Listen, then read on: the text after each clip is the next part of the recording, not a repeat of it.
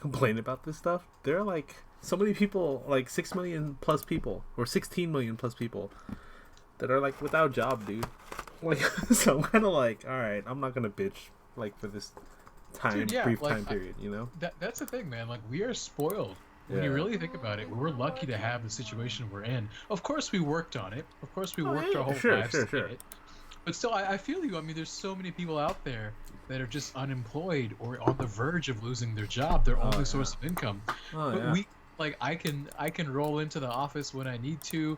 I can work from home. We're both working from home. You're doing multiple things. You're podcasting on a weekly basis. Other people can only listen to podcasts. They don't even have the equipment to make their own podcast. Wait, we got the equipment? Don't we? I mean, I got the Blue Yeti, and you got the Snowball. That's equipment right there, right? It's something. It's getting us there. Should we start recording now, or all right? So I think you should record on your side, because I have something where I'm recording also. Oh, okay. And I've already started recording and streaming. Okay, cool. But I wanted to, this is the first time I'm kind of testing it, trying to make us legit, I guess, moving forward. Okay. So yeah, man, go ahead and let me know when you hit record. Okay, I'm gonna start recording now, but remember, there's like a 4-second delay. All right, 1, 2, 3, 4. And hello, ladies and gentlemen. This is the DNA prequel, SoCal DNA prequel. Hey, you know what? I say we call it episode 1 now. I say we make this legit. I set everything up. I think, we got our Twitter now at the SoCal DNA. We have our Twitch now at the SoCal DNA. We have our Facebook fan page at the SoCal DNA. What else do we have? We got an email address in case they want to reach out to us at the SoCal DNA at gmail.com. Okay. What else? We got a YouTube channel. Oh, dude, that's something we gotta do. We gotta upload it. And even though it's gonna be all raw and shitty in the beginning, it's gonna show our progress. And I think, we could do it justice moving forward. Wow. So I'm excited, man. This is our first real podcast. Wow. I think so. Wow. Okay. Well, it sounds like you're doing a lot of preparation. You've done a lot of the groundwork to at least get the social media popping. So I'm going to let you start, man. I'm going to let you set this off, man. How do you want to begin? Well, I mean, we got to come up with like a theme song first. Ooh. So I was hoping you were going to beatbox on the spot. Ooh. Let's see. I have been working on some stuff, but none of which would be a good theme song. No. I mean, you could just be, all right, you know what? How about this? Yeah. It's probably a bad idea, but I'm gonna say it anyways. Okay. You come up with like a little melody, and every week or every podcast we do, you layer in an additional, layer, for lack of a better word, right? Right. Like, no, so, I feel you. We could try that, sure. Let's. Should I screen share, or how should we do this? I have no idea. Maybe this would be one of those things where we talk about it today. We talk about it. We just talk about it. No. I was thinking you were gonna like spit it, just beatbox it, so that way we get a little idea, and then maybe next week we could go into the actual work that has been done in producing such a fantastic. I don't even know what you call it. Is it monologue? What do you call the things that like are entrance music sort of things? I would call it trash, but no. I guess for talk shows they call it a monologue. For this is probably just an intro, right? Hey, have you heard of or have you watched the Community or the show Community? Dude, it's one of my favorite shows. I've seen the entire thing. I love it. So whenever I think about it, I'm like, fuck. I hope one day we could reach the level of Troy and Abed. Oh, you mean the Biblioteca rap? Not well. They have like Troy and Abed in the morning. That kind of shit. But then the fact that they riff off each other in like the weirdest, but like I would say it's kind of adorable. Exactly. It's like one of those ways where you're like, this is nerdy or this is like cringy as fuck, but I love it. All right, we gotta work on that, man. Because I've never thought of like doing that kind of an intro before. I thought maybe we would have just music playing. Yeah. Just like... Well, that's what. Yeah, that's what we'll do. It's a little bit different. That's what we'll do. But Okay, I got you. This is exciting, man. I'm looking at this now in a completely different lens. Before, it was just like nonstop episode after episode of prequel. Like you never know when the prequel ends. Yeah, man. And that's why I decided. I was like, you know what? Screw it. Like, if there's someone that's willing to push it forward, yes, just for the hell of it, you know, like sure. we're never gonna be ready for it, so why not? Why not? I like right? that. I feel you. Yeah. All right. So okay. One of the things we'll work on definitely is to have like a little intro. Could be a melody that we build off of, or it could be something where we go back and forth with some. Yeah. Go ahead. So I'm thinking, dude, you just come up with like a little like 10-second beat. Verse 1 is always going to be the same, but then the following bar or 2 bars is always like one off you, one off me, and it's just a freestyle. Okay. No matter how dumb it turns out, right? Yeah. Let me write this down. All right. So verse 1 is always the same. It'll be like, let's say, SoCal DNA coming in live. Ooh. Right? Okay. And then I'll be like, yeah, we out here. Dick's really soft. You know, and then you'll be like, yeah, it's hella soft or some shit like that, you know. There you go. So that'll be the game right there. Basically, we'll have the opening bar be consistent every week. Yeah. And then we talk about how soft. Yeah. Or you know, if you have something like, you know, like in the agenda, you know, something that will like layer us in the. For some odd reason, layer is like in my head. But yeah. I feel you. All right, you know what? This is what I'll do. This is what I'll promise our audience. Ooh. I don't know how many viewers we have at the moment. I'm assuming at least 20,000. At least 20,000. I mean, rounding down, right? Let's not forget about you know, those third world countries. Oh, that's true. They don't have internet right now. Well, that and they're not reporting their COVID, you know, numbers. So yeah. True. That's true. I will promise our audience today that I will come up with a nice jingle in the format that Don requested by next week, and we'll debut it. Hell yeah! It'll be sick. It'll be cool. So awesome. All right, so we're starting to have the foundation of a podcast. We know that we have to have a catchy intro, something where we kind of riff off of each other and maybe freestyle a little bit too, see where it takes us. Beyond that, though, how do you envision this going forward? After the intro, what do we do? Well, then we just get into it, man. I think in our prequels, we've had we've gotten to the point where I think we vibe with each other enough. And I think it's time to just showcase us kind of unfiltered. I think I'm coming to the point where I feel more comfortable doing that, as weird as that sounds. And, you know, let's force ourselves to, you know, give the world what we know they want. Us, you know. What do they want, though? What do they want? Like, I wonder. You know what? Honestly, at this point, they want a damn cure for fucking COVID. That's what they want. They do. Right. And you know who really needs a cure for COVID? The British Prime Minister, Boris Johnson. Dude, I heard. Hey, I saw this on the news, and I'm like, oh, I know he's going to bring this up. That's his boy. Well, you know, I have to say, to be completely politically correct, I may not agree with all of the politics involved, but I tend to view UK politics from an outsider's perspective as if I'm watching an extended season of Game of Thrones.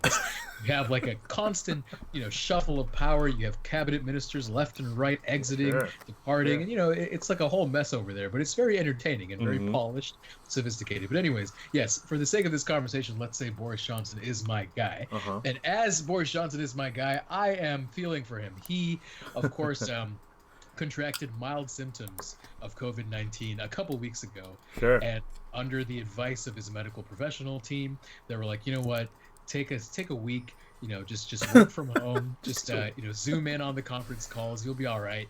And so he did that, but at the end he released another Facebook video or something, like a little selfie video. He's like, unfortunately, after my 7 days of isolating at home, I still have mild symptoms persisting, including like temperature and whatnot. And so a few days after that, they actually recommended him go to the hospital. And then it was like, oh wow, breaking news, you know, Prime Minister of the UK at a hospital. Hell yeah. It wasn't just there though. Not only did he go to the hospital, but I think the next day he got taken into the ICU. Yeah. Hey, and by the way, so I'm gonna start doing this moving forward, because since I'm streaming it and recording it, right? We're bringing up something about Boris Johnson, and we're going to be talking about something that has been reported by Roland Manthorpe on Sky. Just moving forward. It was published today on the 8th of April. So just moving forward, I'm gonna start, you know, layering that in. got you, and I like your usage of the word layers yet again. It's very. I didn't even notice it that time, dude. I know. It was so natural. It's second nature to you. It's kind of like how you know how our president Donald Trump, he likes to use "very" over and over again. Like, oh, this is very good. This is very good. It's very good and also very bad. But you know, these are very troubling times. But anyways, yeah. So thank you for citing the article. Very important to give credit where credit is due, so people know that we're talking about some real stuff. Yeah, here. we don't plagiarize everything beyond our essays. That is true. Oh, hey, by the way, something after this mention, I think what we have to do is give them a, since it is the first official quote unquote episode, give people a little background on us.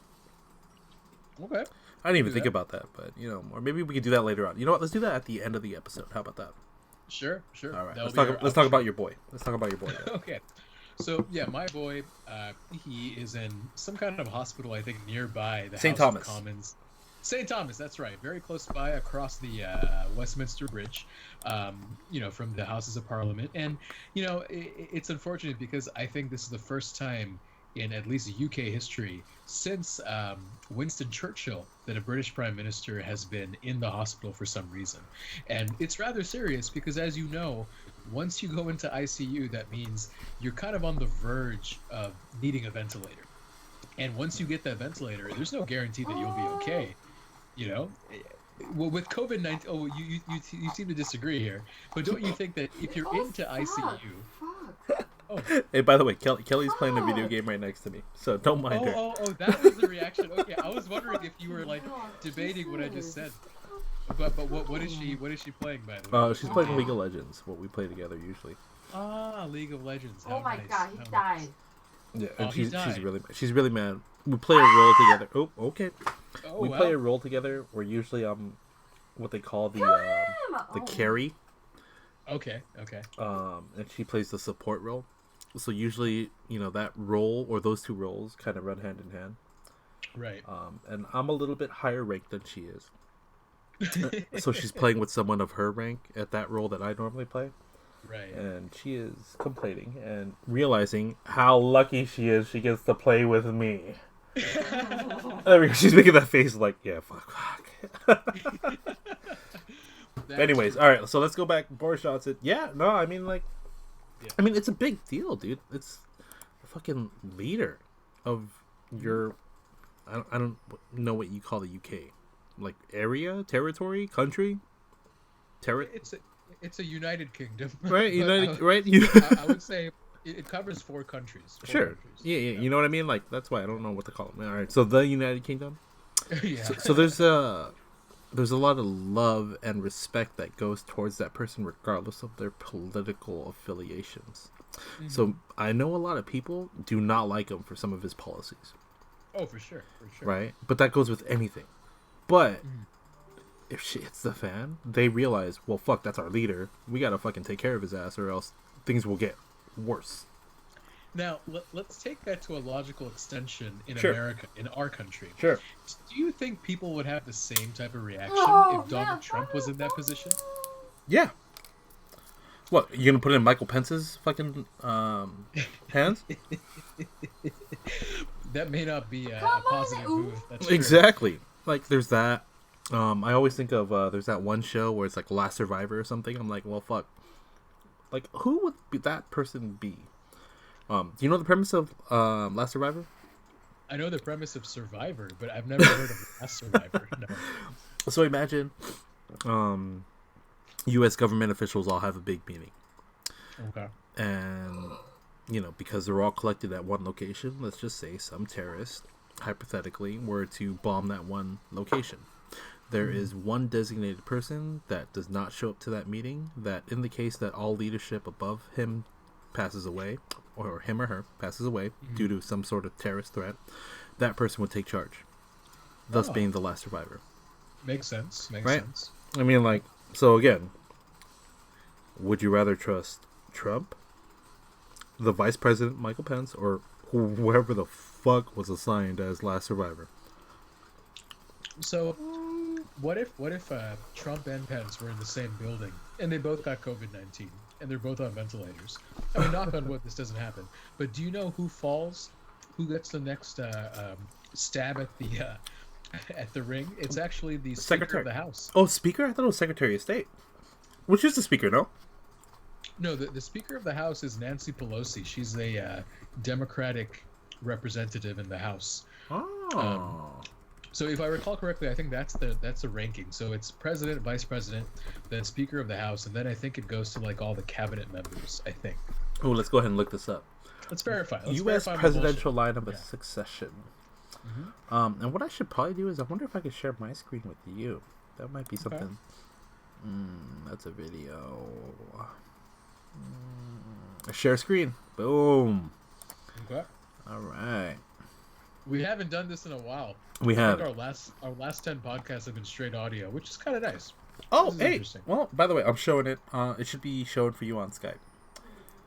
But you are absolutely right. The Speaker of the House is up next. There you go. And then President pro tempore of the Senate. Who the fuck is this guy? Never heard of him before. Never even. Not only did I not hear the name before, but the title, pro tempore of the Senate. What? And you know what does that even mean? Again, we're on Wikipedia, everyone. Longest serving senator. Oh, so you were okay. You were there. Okay. From the majority political party of the U.S. But dude, you know what's kind of sad? Like if you look up and down this list, there's only one Democrat. Yeah. Yeah. But it makes sense. I mean, obviously, all the Secretary of States are going to be of the same party as the president, so it makes sense. I just wonder why this order? Why does agriculture come before commerce? Or well, we gotta feed everybody, I guess. Exactly, because we got a lot of farmland. We got to grow those crops and sell them. All right. You know what? I'm cool. Why is Homeland Security all the way on the bottom? Because nobody gives a damn about Chad Wolf. That's why. He doesn't even have a red marker. Like, hey, what does the red thing mean? The red label? I have no idea. I must have been. They're probably like new incumbents to that party. You know, they had to pick a side, so like they got to earn their stripes still, or their color at this point. You know what's wild though? If I understand correctly, I think all of these people, like the Secretary of State's down to Secretary of Homeland Security, they don't necessarily have to be in Congress or anything, right, to get this position. I think they just get appointed. They just get appointed. So can you believe that the fourth person in line is just somebody who's been appointed? Hell yeah. And supposedly this is the dude that's been coming in and out, huh? The secretaries? Whatever. Yeah, I think there might have been somebody else before Pompeo, but yeah, he's doing well, I guess. I mean, I'm not a fan, but I guess he's doing well enough to stay in his good graces. For now. Oh man, look at all this. Let's go here. But yeah, so, you know, long story short, Boris, I heard he's actually stable. He's doing okay. He's responding well to treatment. Sure. So, you know, I guess we're all rooting for him. And as Trump even said, like, you know, we're kind of like friends from across the pond. There's a special relationship between the UK and the US, a time-honored, long-time enduring relationship. And so naturally, whatever the US can do in Boris Johnson's time of need, we're going to do it. Whether that means sending ventilators, sending medical professionals, sending potential drugs, vaccines, whatever it is, I think they'll make sure Boris Johnson is okay. Sure. So, you know, he'll be all right. I hope he's okay. Yeah. Yeah, man. Hey, and you know what, dude? If anything happens, I think we have a fallback, right? If we can't depend on science, we got to depend on the wind of God. That is true. And as you know, times like these, if you're a religious person, I know, you're like, yeah, I know. Times like these, religion is extremely important if you are a believer, and it can often provide you some solace from the storm, provide you some from shelter, emotional shelter, physical shelter, whatever it may be. It may help you along. And so right now, Don is looking at an article, you know, from Yahoo News of it's basically about Pastor Kenneth Copeland by Alex Woodward, written by Alex Woodward of The Independent from April 5th, 2020 of this year. And essentially, the lead picture is a very angry and accusing looking figure who is the reverend or pastor of this this particular congregation. Yep. And he's essentially saying that he has summoned himself, the wind of God, Don, to destroy the novel coronavirus during a recent sermon. Can you believe that? That is insane to me. You know what? I mean, with that kind of face, I believe there's power, you know, behind those eyes. Oh yeah. God damn. Oh yeah. It's interesting. Like, if you read what he says verbatim, he says, "I blow the wind of God on you. You are destroyed forever, and you'll never be back. Thank you, God. Let it happen, because it too happened." I don't know what that last part means. Cause it to happen. Interesting. So he's very much into it. He says, "Wind Almighty," blah blah blah blah blah, and he's just going hard at it. You might as well watch the video. Oh, Later on I have. I've had. He's great. He's what I love best is that I'll probably play it so people can hear. I mean, he has his homeboys right there, dude. His homeboys are there. Dude, he's actually blowing wind. He's actually blowing. No, he's got like a little posse, dude. That's like repeating everything he says. Wow, look at him, man. Look at his eyes. My goodness. Oh, yeah. He is scary. That's a scary man right there. Dude, he looks like a pit bull that's gone lost. Dude, look at the guy to the left in the blue suit. Hands out, just like looking above, like, yes, guide me, wind of God. Oh my goodness. This is insane. I mean, I have no knock against Christianity, of course. I have a lot of Christian friends, and I understand the value of religion, especially in these tough times. But when I see people like this, just going over the top, just straight up over the top, and saying things like this, I don't know if it's really helpful. I feel like... I mean, but I think to some people it is. Because some people will buy into that sort of stuff. I mean, I think you and I are smart enough to err on the side of caution, saying, yeah, it's easy to make fun of, but fuck, maybe true, but the likelihood of it is very, very small that we could laugh about it. But these people, they're called televangelists because there are people that are fueling their pockets with a ton of money. Let me ask you about that, though. I've always wondered, why do people like Joel Osteen, you probably heard of that guy, he's like a big-time pastor in, I think, Texas, in Houston, Texas. How do people like him get such a massive following, and how are they so successful compared to like other pastors, other reverends out there? Like, what are they doing that's different?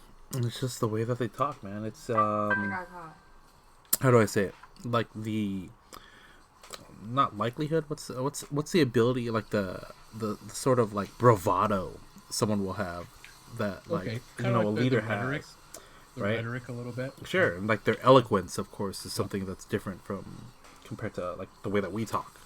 Like this fucker seems like he's definitely a messenger of God, where he's just, you know what I mean? Yes. Like, I feel like fuck everything he says. Oh my God, like it's gotta be true. Whereas half the things I say, he's like, this motherfucker is goddamn lying again, isn't he? I'm like, yeah, but you guys will never know. Did you read the tweet from Brandon Kimber? I have. B Kimber. So I'll just read it out for the audience. Number 1, Copeland declares the wind of God to blow to destroy COVID-19. Number 2, he then says it doesn't have to be a fast wind. And then for number 3, the Lord tells him it's even better if there's no wind at all. What does that mean? What is that mean? He's just covering his ass. That's all it is, man. That's all it is. I think so. That's a lot of toilet paper, by the way. Yes, he is covering his ass. So I thought this was just interesting. And, sometimes it is a show, like you say. Televangelism is a type of show. And sometimes a show must go on. What do I mean absolutely. by this? Well, believe it or not, every year, as you might know, actually, WrestleMania happens around this time, usually around April, first week. It's the biggest event in wrestling. It's been going on for decades. Oh, yeah. Back when I was a fan, I used to look forward to it, man. I used to watch... Used to be a fan? Come on, dude. Come on. Honestly, no. I've lost touch with wrestling. Yeah, so have I. But yeah, I want to get back into it, but it's so fucking hard. Wait, why? Okay, can you explain why do you want to get back into it? Because it's like one of the longest... It's like, the way I see it, it's like the evening soap opera that has been going on, right? And it's like, depending on where you stand, it is entertainment regardless of how you feel of its realistic sort of sportsmanship. I will not claim anything, given that this is the first official.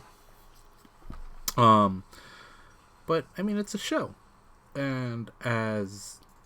Hold on. You're saying you're not going to claim anything because it's the first official, when even the WWE has come out and said this is choreographed.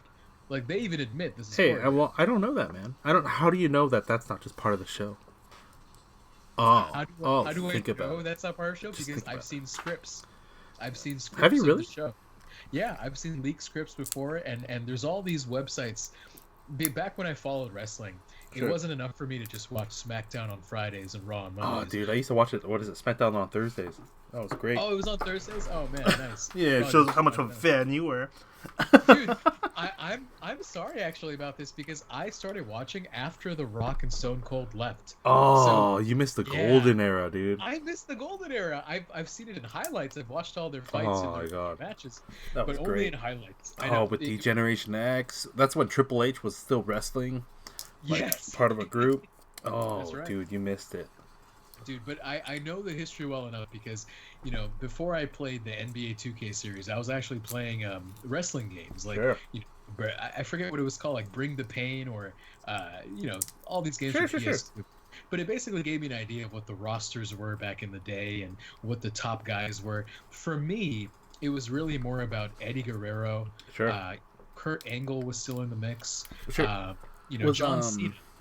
Oh, John Cena. Yeah, so he came in on a good time. John Cena was I, solid.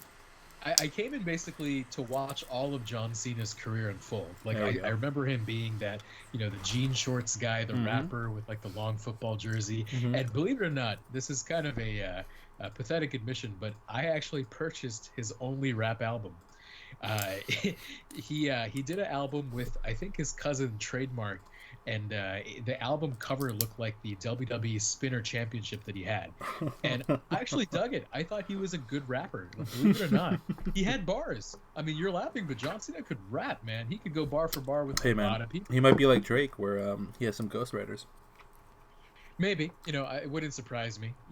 But yeah, so I remember that era very well, and I know I missed the golden era, but the show must go on Sure. because WrestleMania is the most important event for wrestling every single year, and Vince McMahon. And pretty much whoever else is running the WWE at this moment, they thought, even though COVID-19 is happening, we're not going to go out like that. We're not going to go down like that. We're still going to have the show for all our fans to watch from their TVs. And, I think some people probably appreciated that because it does take, and again, we got to shout out Tom Gherkin from the BBC News writing this article on April 7th, 2020. So some people probably really appreciated the fact that the show went on and, you had some form of live entertainment to watch in the confines of your home. But here's the thing, man, and you can probably attest to this.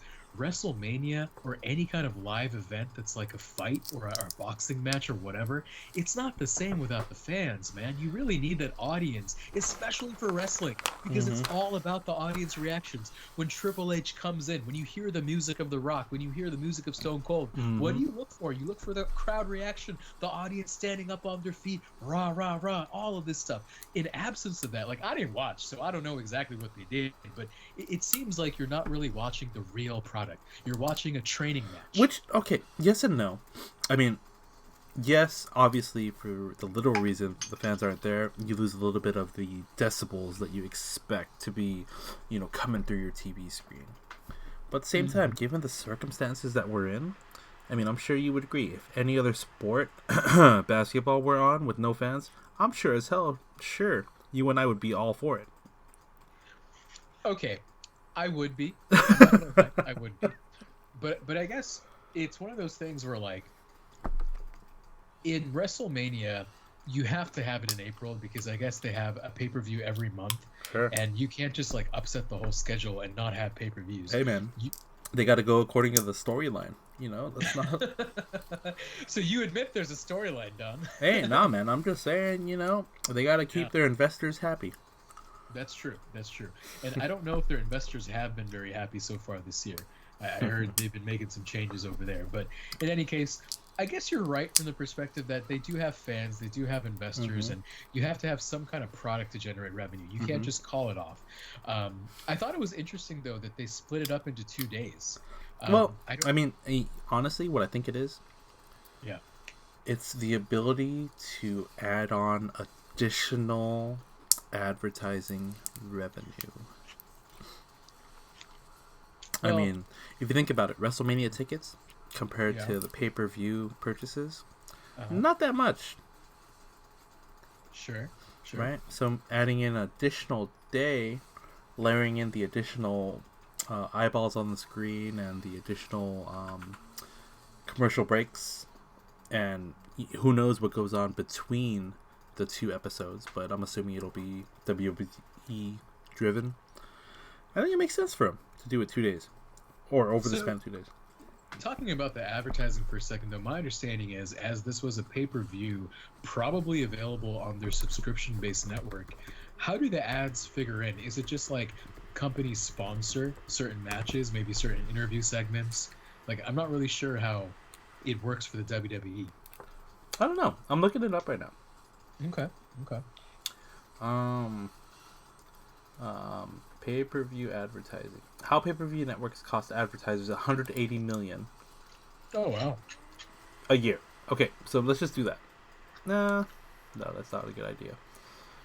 Okay, say that question one more time. Let's not even like try to figure it out while we're live. That's all right. We just got to talk about it off the dome. So I'm just wondering, like, how does the WWE make money off of ad revenue when it's a pay-per-view? Because my understanding is the pay-per-view doesn't have ads.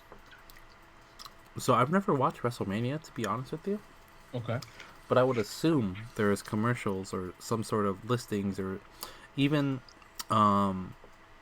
items that showcase around the ring, for example, or on the in a cup on the announcer's table or some shit like that. Oh sure, yeah. They right? have banners, they have everything like that. Sure. So I'm assuming like that. You're basically doubling the amount of exposure you're giving those that you can advertise for. Right? Okay. I mean, in the picture that I'm showcasing, I'm assuming he's wearing a jersey of some sort. Is that like a team jersey, like a Browns jersey or a Broncos jersey? Well, first of all, who is that? Is that John Cena?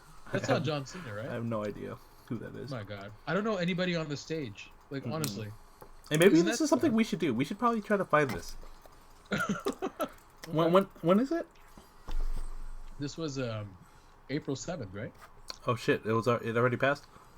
Yeah. It was 2 days, Saturday and Sunday this past week. Well, advertising didn't get to us. And even in this picture, there's nothing being advertised to us. Well, this is why I brought it up. The whole he's wearing a jersey of some sort, like a Broncos jersey. Like, yeah, what could it really be? It could be a Broncos jersey. Maybe. Like it could also be. Look at this sweatshirt that the guy in the back is wearing. Could be a certain brand that they go with.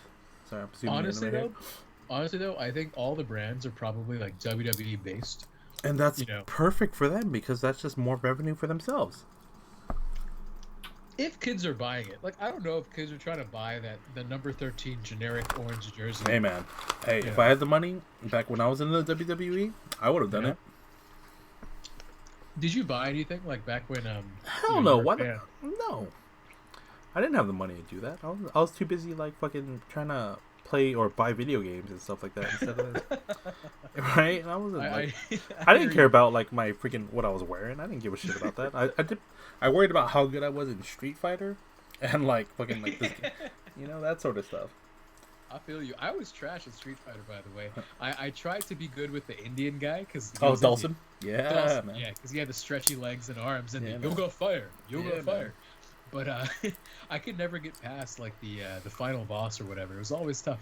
Tough. You're weak, dude. You're weak. I know. I am. I was better, I think, at Mortal Kombat. Mortal Kombat was more my game. Oh man, see, I hated that stuff, man. It was too gory. It's not as fluid as Street Fighter is to me. It feels a little more clunky, and I think it's just depending on how you grew up, what game you grew up playing. But I mean. Okay. Games wise, it's like again, it's a sport nonetheless. True. And speaking of sports, real sports for that matter, UFC 249 actually. Tell me a little bit about that. What's going on, dude? Oh man, well, I mean, I'll bring it up. Let's go ahead and open up the link here from. Sure. It was a statement by Dana White, or I think it was like a press release sometime this week. Yeah. So pulled up ESPN, written by Brett Akamoto. On April 7th, so yesterday. Dana White, I could talk about this off the dome because I'm super excited about it. But Dana White made an announcement saying that UFC 249 is still gonna happen. It's gonna happen on April 18th and it's gonna be headlined by Tony Ferguson and Justin Gaethje. And this fight is gonna be fucking amazing. These two guys. Yeah. Kid you not? There's gonna be blood in this fight. No, like if you look up like their YouTube, just YouTube them, either of them. They're like bulls with sharpened horns that wanna fucking get hit themselves. Oh my god! Wow, so how violent! It's gonna be great, and I'm loving it. And I supposedly the rest of the card, or the rest of the fights that are going on, are gonna be amazing. But yeah. So like, was Tony Ferguson supposed to fight this guy, or was it supposed to be like another matchup? I heard like somebody like backed away because of COVID-19. Yeah. Was it the what's his name? Khabib or Yeah. Yeah, that's right. Khabib. And this guy is like the champ. He's the one that beat Conor McGregor before. Oh. Wow. But he's over in Russia. He's kind of stuck right now. So they have to move forward past it. So, yeah. His native Dagestan. Do you know where Dagestan is? Somewhere in the country or continent of Europe. I imagine. God damn, that's a big country, dude, or a big continent, man. It's a big continent and a country, I suppose. I've never been there. Yeah, let's look it up. Let's find out where it is. Dagestan. Oh wait, check that out. So this is Dagestan right here. East of Georgia. Right. In the Mississippi River, right? Georgia. Right. So it's not as close to Russia as I thought. But it's pretty far away. But it's like southwest of Russia. Yeah, it's the Middle East. We can call it the Middle East. Well, I mean, I would. Yeah, it's like right in between the Middle East and Russia. Got you. Sweet. Yeah. So the fight. I think. Oh wow! Look at that. Can you imagine growing up like fucking Middle East south of you, Russia north of you? How fucked up of a mind you might have, or how badass rather of a mind you would have. Like nothing fucks with me. I've seen the Cold War. I've seen the Iraqi War. Dude, this guy's got to be like angry. Yeah, I mean, I'm sure he can use that for the hype video. I'll be honest though, like I know he's not fighting for this one, but these two guys, Tony Ferguson and the other guy, what's his name, Justin Justin Gaethje. I don't know either of them. I don't know if they're Gaethje. Gaethje, my bad. Who am I thinking of? Gaethje. How the fuck do you pronounce a J like that? I didn't even see the name fully, man. I just saw a couple of letters jumbled together. And what kind of name is that? I mean, no knock on him, but I've never seen that before. I mean, let's look it up. Gaethje. Watch it be American. Let's see. He's from Arizona. Okay. Well, I'm sure his parents are not. He's from Colorado, man. His mother, Carolina. What is that? Carolina? Oh, so Mexican. German. Ah, okay. So he's a fucking German quesadilla, dude. That's what he is. German quesadilla. I don't know what cheese they have in Germany, but Munster cheese. Oh yeah, there we go. He's a Munster fucking. Oh, there we go. That makes perfect sense, dude. A monster. A Munster quesadilla. There you are. So, out of the two, and I guess we'll touch on this more as the game. Are we gonna set this up? We might as well set it up now. Should we set it up now or later? Yeah, why not? Okay.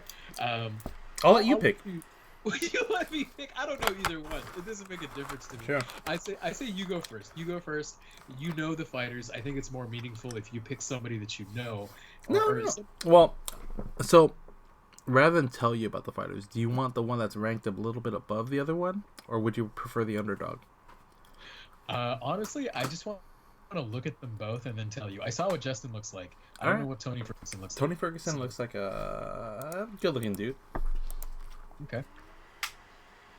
There we go. Okay. And their tail of the tape, they're both 5'11", it looks like. They're both strikers. They're lightweight. Okay, strikers. Interesting. It's a flip of a coin for me. I could honestly go either way. Records are pretty much the same, more or less. I will go with You gonna go with your Moonster? Oh, you're going. Well, they're both American, dude. Exactly. I'll go with one of the Americans. You pick first, man. You pick first. I think it's better this way. You know what? Since I picked last time and won. Mm-hmm. Yeah. What we'll do is we'll do a gentleman's bet again. On $10. What was it? 10? 20? I forget. Let's up it this time. It was 10 before. All right. We'll go 20 this time. Sure. I'll give you a week to pick. Or rather, until our next episode. Wait, I have to pick? Seriously? You want me to pick first? All right, fine. I'll pick first. Yeah. I'm going to go with... No. Well, you could do your research really quick. It's not going to happen anytime soon. We'll save it to the next episode. I like knowing as little as possible about these fighters. So for me... So you're not as invested in it? Yeah, exactly. Because if I'm super invested, it's like, oh shit, like, did he eat today? Did he eat today? Is he a pound less? Like, I don't want to find out all that information and stress myself out. I'm going to go with this Justin Gauthier. Gahey. There we go. All right, you're going with Gahey. All right, so everybody's heard it here. He's going with Justin Gahey. I got Tony Ferguson, who is arguably the number 2 in the world. That's fantastic. Number 2 to the number 2 to Khabib, who can't fight. Okay. So I believe this is for the interim title, because Khabib basically can't fight or defend it. So. Well, you know what? I like the underdog. I'm going to go with the underdog here. He may not be ranked. He may not be in the top 10, 15, or 20. But that's okay. Man. Because with a name like Gahey, there you go. With a name like Gahey, hard to go wrong. That must mean something. Yeah, man. The T, just the T and the J are silent. Like just like that. The Mexican doesn't come out in his the way that he looks, so the TJ is silent. The TJ is silent. Okay. That's actually a great way to explain it. There we go. A great way. Wow, here we go. Tail of the... Oh, my God. Tony Ferguson has a 6.5-inch reach advantage. All right. So what about this, then? You want to do... the others, too? You want to do the others? Yeah, you want to... Because there's 5 of them. 5 matches so far. Okay, right? Yeah. Let's see. I'm going to go with... gosh, I don't know anybody here except for Greg Hardy, who I think was a football player, right? What? I thought Greg Hardy was a former football player. I have no idea. We're just going off of this right here. Hold on, I gotta make this little.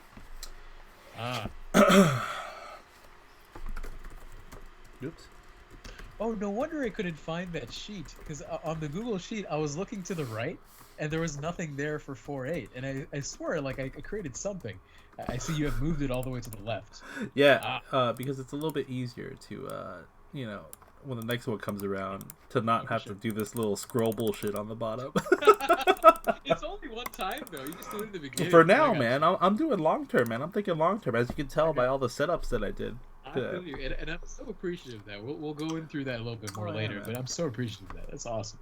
Okay, so match 1, match 2, match 3, match 4. Very good. All right, so are we? Why don't we do $10 per match? Sure, I'm down. And then, okay, I want you to get first pick for the rest of these matches. All right, so let's go. Let me do this here. Wait. All right, I'm just gonna put your pick. All right, so I'm going with. Let's actually look into this really quick. You know what? I'm going with Namajunas. That's a real guy. It's a chick. Cool. It's a chick. These are chicks right here. Oh my goodness! I'm sorry. I didn't know there were chicks fighting. Let me expand your window again. Yeah, man. Okay, this is. Oh yes, they are female. Very good. Yeah, very good. Man. Oh, jeez. Or hey, are we gonna make the super title 120? Let's make the super title 120. Sure. All right. And then the women, I'm picking Namajunas. And then that leaves you with Andrade. All right. This is fantastic. All right. Who you going? You going with your football player, or you going with De Castro? You're going with all the first picks. I'm taking whoever's left over. I like. Oh yeah. All right. So I'm going with De Castro here. Oh man, all right. That's a loss for me. If I'm right that Greg Hardy is a former football player, I don't think he's very good. But that's okay. Okay, you get the next one. Go ahead. Sure, you gotta pick one of them. You want 4 or 5? Come on. Okay, I'm gonna go with just based on the little pictures I'm seeing. I'm gonna go with the Brazilian guy. We can look him up. You want to look him up? Not really, but you we don't can want go with the Luque. Luque. You're going with Luque? Okay, yeah. All right. That means I get Price. Nice. There you go. All right. And here, what I'm going with Qatar. I like it. I got Stevens. Yeah, man. Stevens has a questionable record. Well, it's a unknown record to me, so that's fine. All right. So here we go. Winners. All right. So what's gonna happen is these. It might be better if you just kind of organize it all in one row. Yeah, no, you know I will. Oh, okay, you can do it. Little rough right here. It's all good. So let's do it this way. Oh wow, okay. Interesting. Ah, I see. Wow, look at you, Excel magic. Oh yeah, man. Look at that. So I think something like that. Let's actually do it here. Let's insert one here. Let's go here. Boom. Oh, look at that. Look at how fast you are. Yeah, man. Look at that. Look at that. Click. Oh, no. We're going Don's team. Oh, okay. Oh. This is like our all-star competition. Whackness. I like that. I love that. My whackness with the gay heat match one. I like it. All right, we'll go 10. Sure. And then why don't we make these 5? Because these are kind of like whatevers. Sure. So total we got 50? We got 50 total. Cool. Right? Yeah. And then, of course, we'll just add it all up based off of the difference. The other one, of course, pays the other. Now, do you want to make it a little bit interesting with a prop bet here for the final matchup? Ooh. Let's call how exactly it'll finish. Ooh. Whether it'll be what round it'll finish, because I imagine it's a 5-round fight, right? Yeah. Okay, interim title 5-round fight, 5 minutes per round, and also decide if it's going to be a TKO. You can count TKO and KO as one. So if it's going to be a knockout or a submission or a decision. Sure. So I got it. There's 6 choices. Pick 3. Oh no, I'm thinking we do this only for. Yeah. For Gehi. Oh, you're saying actually say like the round score? Yeah, like, man. Is that what you're saying? Yeah. Let's see that. No. I mean, like, let's say we'll do an additional $10. Okay. Match 1 win conditions. Okay. Right. All right. Is it gonna be a KO or TKO? Right. In round 1. Okay. KO round so now, 2. You mentioned that all of these guys were actually the top 2, Gehi and Ferguson. They're both strikers. Oh, these guys are fucking strikers for sure. Okay, so a submission isn't very likely. KO or submission. I'm gonna go with. I'm gonna go with a unanimous decision. So I guess the judge. You bastard. That's what I wanted. All right, so that's you. Yeah, but that's unfair though, because it's likely that it'll get to that, right? It was no. We'll go with it. Right. All right. I'm going round 1. Round 1. Okay. Yeah, dude. I'm gonna go round 2 then. All right. I'm going 3 then, dude. I'm gonna go 4. All right. So that's pretty good. I mean, it's fair. It's fair. It is fair. It's not exactly the prop that I imagined, but it's a prop that I'll accept. I like it. Yeah, you know what? We'll do that. I think that's good. So the total pot is $60. Nice. The price of the pay-per-view. Very good. Now the question is, will we be able to watch it? Wink, wink. We'll find a way. We'll find a way. We won't be able to show it to our fans because we'll most likely do a live stream, reaction stream. Yeah, or at least a podcast sort of thing. So maybe we'll have it on the side. I have a little side computer that I can always keep it on. Ah, got you. By the way, just to have it in my calendar, what day is the fight? Like 18th. 18th. Okay, so it's like a 5 I p.m. think. So I think this week we're planning on trying to get a little double one going on. But if anything, we have next week to finalize the approach we'll take for the weekend. Got you. Perfect. All right, cool. I'm excited, man. I loved watching the Deontay Wilder Tyson Fury Part 2. Hell yeah. And be sick to watch Part 3. I hope Part 3 happens this year. Hell yeah. They're talking about it, right? I think they had a date, but it got postponed. I think so. I think it'll have to wait, especially with this whole COVID stuff going on. Sure. Because I think, unlike the UFC, I think boxing is a different kind of prize fighting that really needs or lends itself to the actual audience being there. I mean, why would you say that though? Why would you say that for boxing and not so much for UFC? Because boxing has been in our culture for so long, much longer than the UFC. UFC is still young, whereas boxing has always had that prize fighting sort of attitude coming into it. Like, it's two guys hashing it out using just their hands. Whereas I believe UFC is more of a, and this isn't to undermine boxing, but UFC is a more well-rounded sort of fighting, more technical sort of approach to prize fighting. So I think the bruteness of boxing requires the audience to be there. And the legacy and the classic sort of approach to boxing, where it's a pure sport, it's just one aspect of fighting, they need the audience there. That and all the corruption that goes into it. You know, you need those mafia people sitting there randomly and shit. You need Denzel Washington. Hell yeah. Hell yeah. Hell yeah. Petting a hairless cat. I feel you. You've seen that movie, by the way, right? Yeah, American man. Gangster? Yeah, man. Man. It's one of my favorites. So good. Oh, man. All right. So, yes. You know what? So what time is it? I can't see the time because I'm showcasing stuff. It's 9:36. Oh, we've been going for an hour already. All right. So let's make this. I'm gonna get rid of some of this stuff. All right. Okay. I'm gonna get rid of 3 of these things here. I'm gonna hide that. Sounds good. Okay.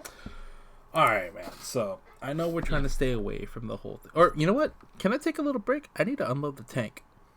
Yes, by all means. I need to unload the tank. You know what? In the meantime, I will entertain the audience. There we go. All right, do your thing. Give me a minute. Go ahead. So, audience, finally we got some intellectual conversation. I don't know if Don can still hear this, but, for the Deontay Wilder versus Tyson Fury fight, one of the bets that we had was basically, the loser has to create a beat. Using the walk-in music for Deontay Wilder, which was Patsy Cline's Crazy. Great song, classic song. You guys have probably heard it countless times. And I thought to myself, all right, you know what? I like soulful, not really soulful, but I like old-timey samples like this. Let me see what I can do. So I actually have been working on something. I hinted at this in the last podcast, and I don't know when I'll debut it. But sooner or later, I'll definitely drop that beat.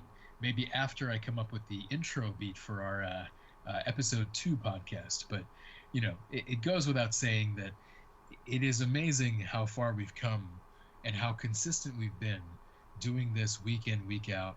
When we started, I didn't have an idea. I didn't even fathom that we would be doing this well into April.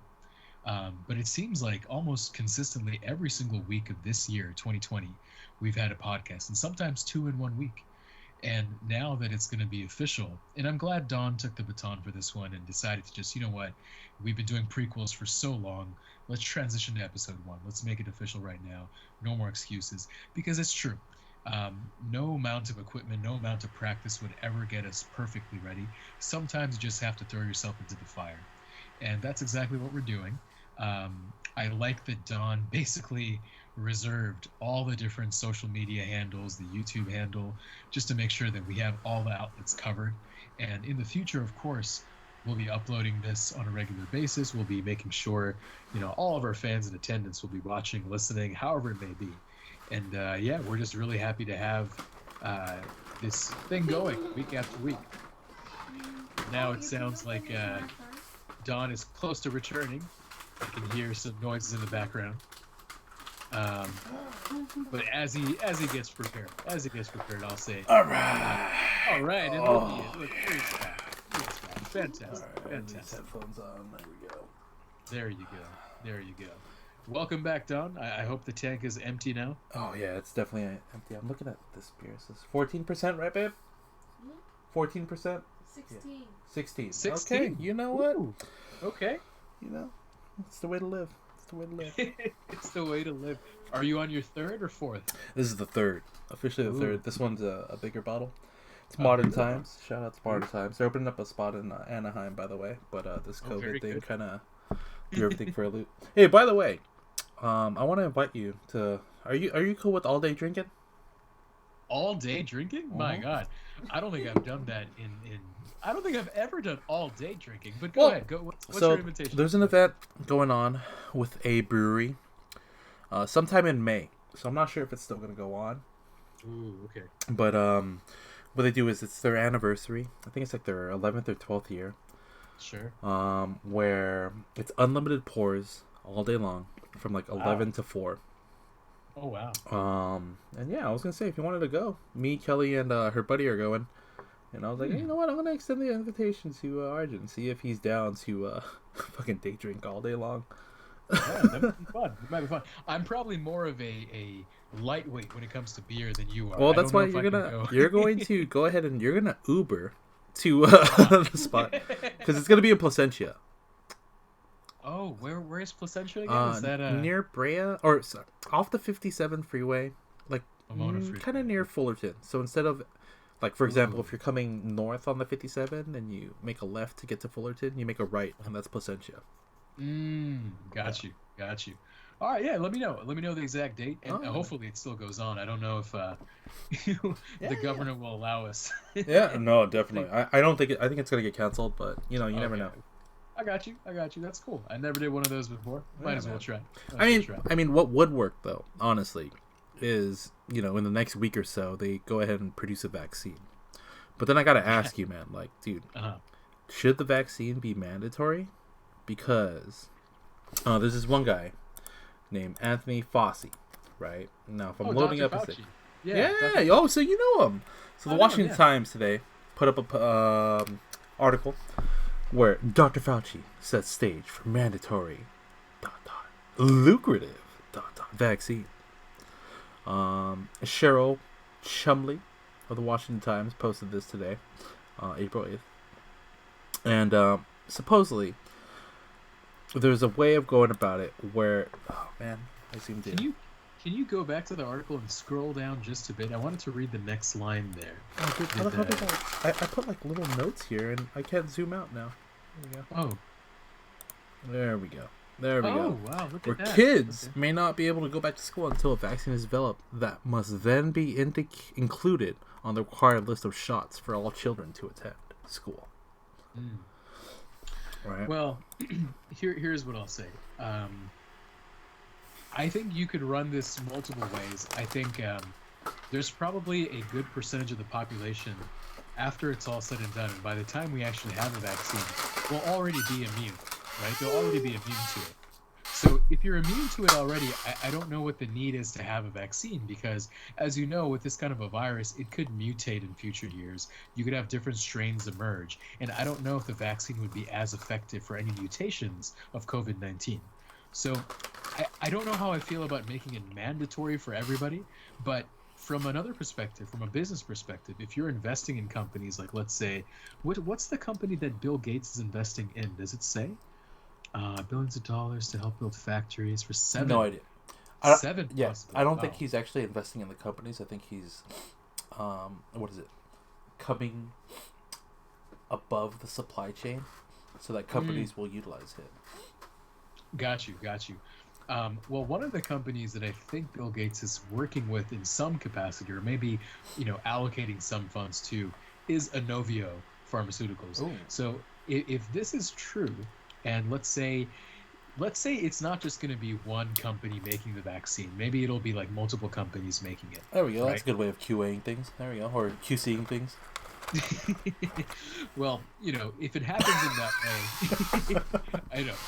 If it happens in that way, and let's say each vaccine has a little bit extra, maybe one vaccine will make you into a Hulk in a year or two. And one makes you a She-Hulk. One makes you a She-Hulk. That's right. I'm not the doctor here. I didn't become a doctor student, so you can probably step in there and correct my ignorance. But I'll say that I think, in general, if we can get rid of COVID-19 forever, and the only way to do that is to vaccinate everybody in the world, or at least everybody in the U.S. for sure, then yeah, I'm a proponent of it. Even if there's consequences, there's regulations for schooling now. Students have to get this vaccine along with everything else that they usually get to go to school. And I don't really care much about the anti-vaxxers because I think they're wrong. You know, I don't believe that not vaccinating your children is the way to go. So if this is just another needle that they have to plug into their arm to go to school, fine, so be it. You know, protect everybody, protect the grandparents that the kids go back to after school, right? So that's my take. I think, you know, depending on how you look at it, I'm a proponent of this if it means COVID-19 will be gone forever. Sure. But if it's something that may rear its ugly head, you know, every time it's flu season or whatever, then I don't know. I don't know how effective this vaccine would be. Sure. No, I agree. And I think it, you know, the way that you're portraying it is similar to how we, you know, tackle MMR, which is measles, mumps, and rubella. Right? Those were diseases in the past that now, or at least when you and I were both growing up, were one of those things that school nurses and schools in general kind of looked at to make sure that you had a vaccine for it. At least my school did. And if you didn't, you had to be up to date with it, right? Because those vaccines can somehow expire over time because of the antibodies, you know, they degrade over time or whatever. I think, yeah. I mean, we'll see what happens. I don't like forcing anything on anyone, personally. But I can see where you're coming from, and, you know, as a future parent in like 2-3 years from now, I bet I would side with you saying, yeah, fuck it, vaccine everyone on that shit. You know, like take a little more hard or more stern approach on those sort of things. Sure. But, you know, only time will tell, dude. Only time will tell. Well, you know, let's stay on that for a little bit longer, though. I'm kind of curious. So, currently, your current philosophy is you're okay with the whole anti-vaxxer philosophy. Hell yeah. Right? I mean, I don't agree with it, but fuck it. If they want to kill their kids prematurely, then by all means. But see, don't you understand that the problem is not just what they do to their own children, to their own offspring. It's really the effect it can have for other people. Right? How? Because if another kid gets measles and my kid is vaccinated and cannot even get measles in the first place, how is my kid going to get affected? Because it's so here's the thing. I think the children who aren't vaccinated, they go to school together, right? Sure. And let's say both of them or the three of them, they're all going to get this disease. They're all going to get these disorders, and you're basically keeping the virus alive, right? You're keeping these diseases alive in society. Whereas if everybody was vaccinated, you could really eradicate it. You could really eliminate it from society forever. Yeah.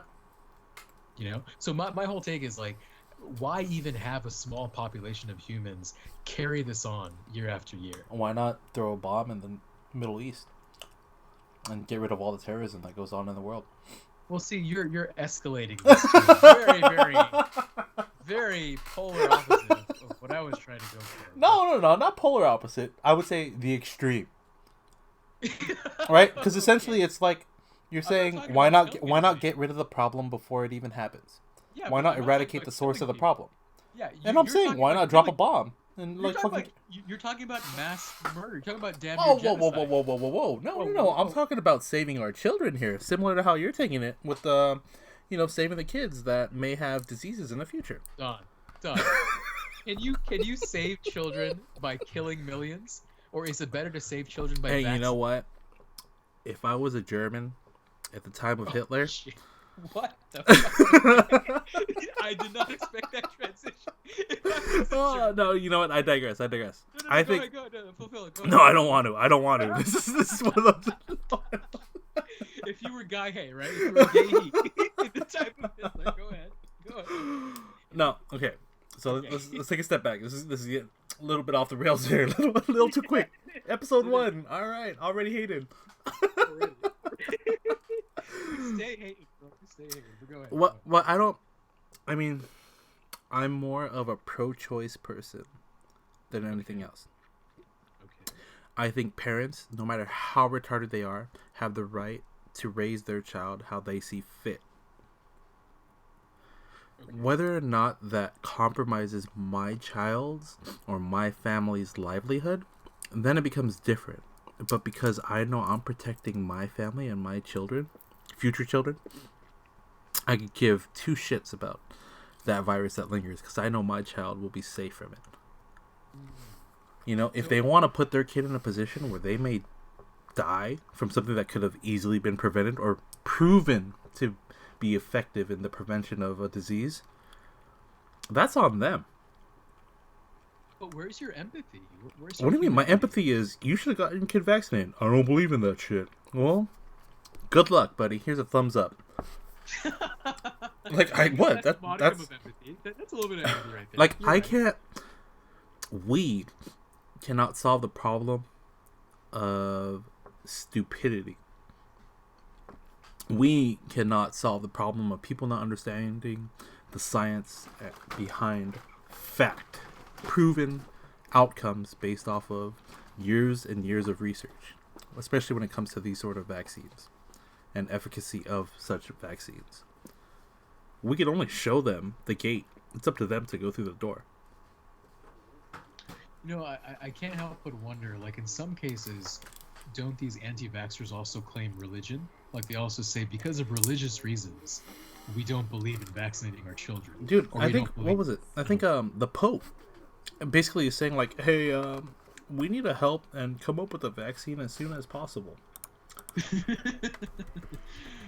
Oh, yeah. I mean, I imagine Pope vaccine.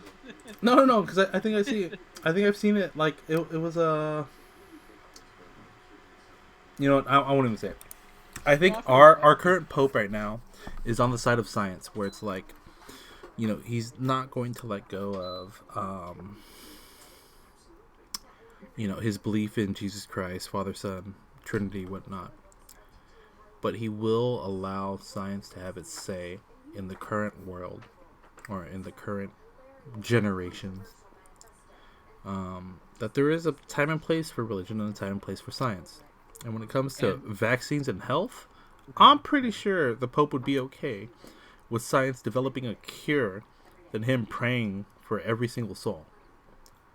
And speaking of praying for every single soul, I must wonder about the Pope here, because for somebody who doesn't know a whole lot about the Catholicism, maybe you can kind of explain to me, as kind of a newbie, what is the whole purpose of the Pope? Like, why is the Pope viewed in the way that he's viewed? Like, why is he such he is... Yeah. Sorry, excuse me. I'm getting a little... You got a little bit of acid reflux going on, dude. Oh, no. I feel you. That's not a good thing, man. That's not a good thing. You gotta take a little breather, you know. So maybe drink some water. Do you know the... no, fuck that. I ain't no quitter, dude. Here, I'm gonna take another swig really quick. Hold on. Oh, gosh. 16%. Not a big deal. So, yes. Do you know of Jesus? I have never met the guy, but I know of him. Okay. Yes. Okay. Well, good start. Do you know that he had 12 apostles? I thought they were disciples, but sure, let's go with apostles. Yes. Apostles, disciples, same thing in my head. Whatever. Gotcha. 13 actually, if you count the fact that one of them betrayed him. Judas. Yeah. So, Peter, his first apostle, disciple. Damn, I'm fucking up, dude. I'm supposed to know this shit. Disciple or apostle? I think I confused you. I'm sorry, I confused you. Go with apostle. Right. Disciple is a student. Apostle. Wait, did Jesus have 12 apostles or disciples? Oh, dude, don't even search the whole thing. Backspace to just 12 and see what the next word is. Oh. All right, here we go. 12 disciples? Disciples. All right. I don't even know what I said. Did I say apostles or disciples? You said apostles, but I think both are fine. It's okay. This is trivial. All right. Well, anyways. Oh, also designated apostles. Anyways. Peter, his first one, became the leader of the church, or of the faith, when he passed away, or ascended into heaven. Question. Mm-hmm. Why did Jesus call Simon Peter? No idea. I think so. I mean, I never got this. I haven't gone that far in the faith, because in the faith you get a. Oh man, I am a bad representative of this. But you get, like, not ordained, but you go through another step where you choose a Christian name, and it's similar to what Jesus did for these people, where he gave them a Christian name. I never went through that because at that point I'm like, really? I gotta fucking choose another name? Like, my name Don isn't fucking white enough for you? You know? All jokes aside, Simon/Peter was his first apostle who ended up leading the church, and the Pope is a direct descendant by leadership or elected leadership from Simon. So when Simon passed, there was Simon was the first Pope/leader of the church. And then when he passed away and we needed to, pass on the throne to someone else, he passed it on to someone, and eventually it led to today's Pope. So the Pope is basically just the leader of the Catholic Church? Yep, leader of the free world, man. Leader of the free world. Wow. Did not expect that. I thought that was the president, but all right. You know what? Really? You're going to say Trump is the leader of the free world right now? Just Google the term leader of the free world and see what pops up. All right, hold on. Let me get the sunflower seed out really quick. There we go. Leader of the church. There we go. All right, leader of the free world is I love how fast when you bold. Like, you typed that and pressed enter so fast. Is a colloquialism used during the first. Look at the second result. Oh man. There you go. Yeah, but the fact that they have to question it. You know what? Let's just move on. Hey man, so hard segue here. Did you go to prom? I went to senior prom. I did. Did you really? All right, man. So I wanted to bring up this article that I found. Okay. And it made me really think about it when I read it. It was by Robbie Owens of Channel 11/21 of CBS. What the hell? Okay. Yeah, man. So it's a local news network in Texas. Gotcha. And essentially, there's some quotes here of this young gentleman who plays Jaguars baseball. He represents the Summit High School over there. Where, he's a senior now. And he's only able to connect with friends online. And he's quoted on saying, he's been staying up at night thinking about everything I'm missing out on before going to college. It's being all ruined. Again, this is a quote. It's being all ruined because of the virus. How do you feel about that, man? Because I remember going to prom myself and going to all these school functions, especially on my senior final semester. Sure.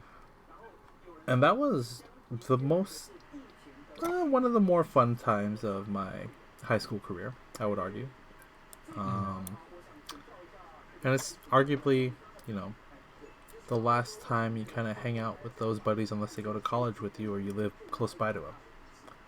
Sure. Right, or you stay local. How do you feel about that, man? Because I kind of feel bad for these kids. I think college, they have yet to see college, which is a great time, more impactful in my life than my high school days. But for some of these kids, this is their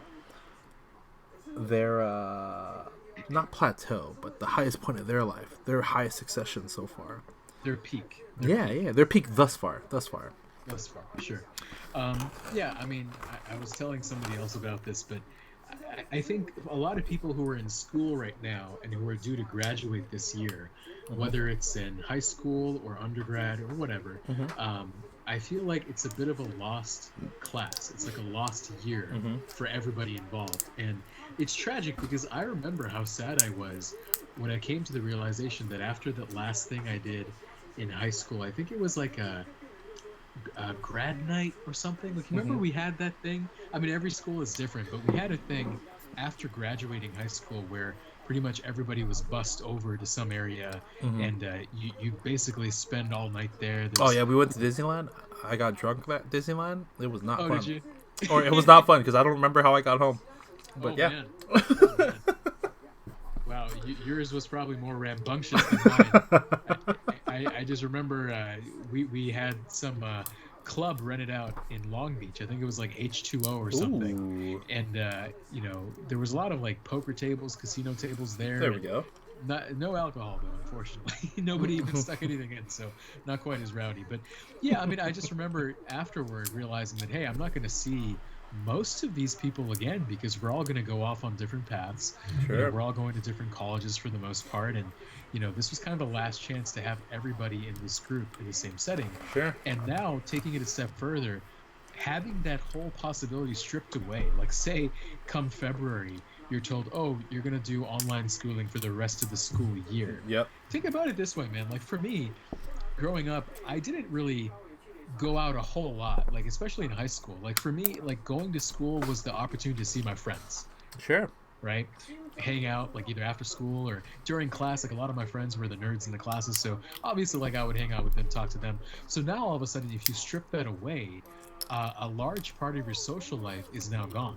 Sure. So I'm just thinking, not only is it tough for the kids who are missing out on prom, but even more so, just the overall school year being closed and being forced to be at home.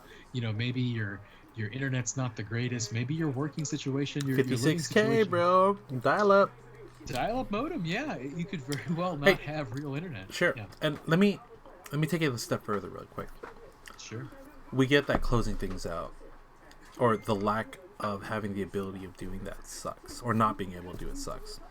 Right. How do you think it's gonna work out for UC students that are supposed to move into the dorms in August? Yeah, I think special accommodations will have to be made for the students that really have no other place to stay. Like say they're coming from out of state or international, and there's really no fallback option for them, then I think they may temporarily assign you to a dorm along with like a bunch of other people who are grouped up together, and I guess you have to stay like on separate floors or separate wings of the dorms, that kind of thing. But yeah, I'm not sure if you agree with this, but living in the dorms is one of my fondest college memories. I would say that maybe mine was a little bit different. I think yours was a little bit different, but I will say that some people that I met in the dorms, they became my friends for a long time. Yeah. So I definitely appreciate that. Yeah. I definitely appreciate that part. Yeah. Well, I mean, either way, it sucks that it's getting taken away. Right. But part of me wants to say, fuck it, life gets harder. Deal with it, little kid. Fucking life gets harder. You're lucky. That is true, though. That is true. I mean, it is. One of the life lessons that I think, if you could share with your former self, is probably that. Just to tell you that whatever little problem that you have that you think is the whole world right now, it's really nothing. You're gonna encounter so much more shit later on. I get it, but I think every little hiccup, we call them hiccups, but at the time they were probably like the biggest fucking problems we ever faced. Of course. Every hiccup got bigger and bigger and bigger and allowed us to deal with higher pressure situations. Without those smaller hiccups, we would have faltered at all these bigger ones that we're dealing with now. I think. Or the likelihood of it would have gone drastically up. I think experience is the best teacher. There we go. Yeah, see, like 3 beers in, you got me. Layering. I feel you're making a 3-layered cake right now. I feel you. Creme de la creme right now. I definitely believe in that. I think, the harder times you have early on in life, not necessarily a blanket truth here, but the harder times you have, the more obstacles that you not only go through, but you overcome. I think you can learn from that. Sometimes you fail. Sometimes those hiccups choke you up a little bit and you stumble. But you learn from that experience, and hopefully you move forward. You may not move on easily, but you'll move forward. And that's the thing about life. I think, a lot of times things happen that are catastrophic. We lose people. We just, have disappointments in life. But the fact of the matter is, time is always linear. Oh, absolutely. Absolutely. And, I mean, dude, as Kanye West says it, shoot for the stars, so if you fall, you land on a cloud. Dude, can I just say, this was what I wrote in my yearbook. No, and I didn't know it was Kanye. I didn't know Kanye said this. No, I don't think he was the original quote. Bullshit. He was not the original.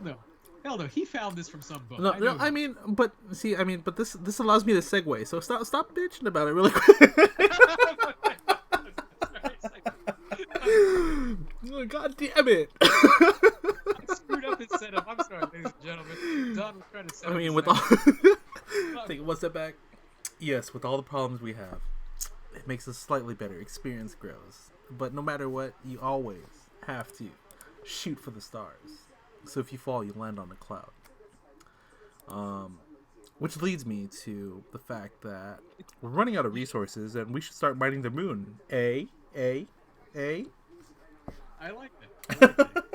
Excellent segue. Probably the best segue I've ever. I think it was a shitty one. Now that I'm like after this little minute of. I think you should have changed Kanye's quote to "land on the moon." Aim for the stars, land on the moon, because that would have been perfect. That would have been what you should be going for, by the way. But in any case, interesting. So can you kind of break this down for me? Like, I'm reading the headline. Sure thing. So on the Sun today, Harry Petit, Gahi,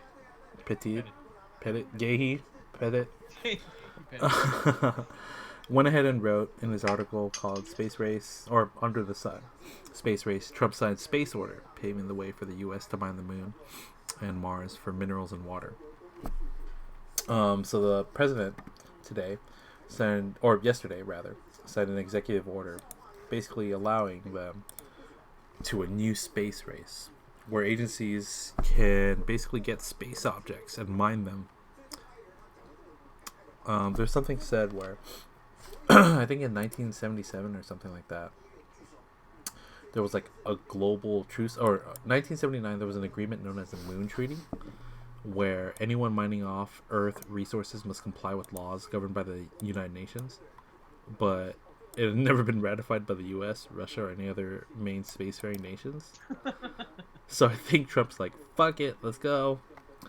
But I wanted to get your take on it because, we're aiming for the stars right now. I don't see planet Earth running out of resources anytime soon. But what's your take on, not so much Trump, we know how great of a president he is, but what do you think about outer space resources and bringing it back to Earth? I think it's inevitable. I think it's the logical extension of, mining Earth's resources and extracting every little thing out of it. Mm-hmm. It's not that we're going to deplete the Earth completely. I agree with you, especially not in our lifetime. Mm-hmm. But we will be more and more creative, and we'll be more exploratory rather, looking beyond. Explorative. My bad. I was debating hard. Should I say the Tatum or should I go with the Tory? I went with the Tatum. But yeah, so basically, I think this is the natural progression of things, as you probably take notes and write down my explorative habits. It sounds like a word, though. I'll give you that much. I'll give myself that much. It sounds like a word.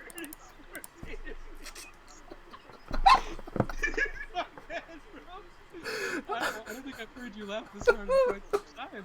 Hey, you know what? Because I'm the one that's usually like fumbling up words and making up new ones. When you make one, I gotta jump on it. And the funny thing is, I'm on 0%. I'm not even on a beer right now.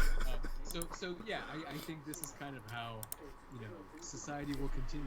I think eventually we will go to the moon and maybe even other planets way beyond our lifetime and excavate and try to find any kind of resources we can to better our home planet Earth.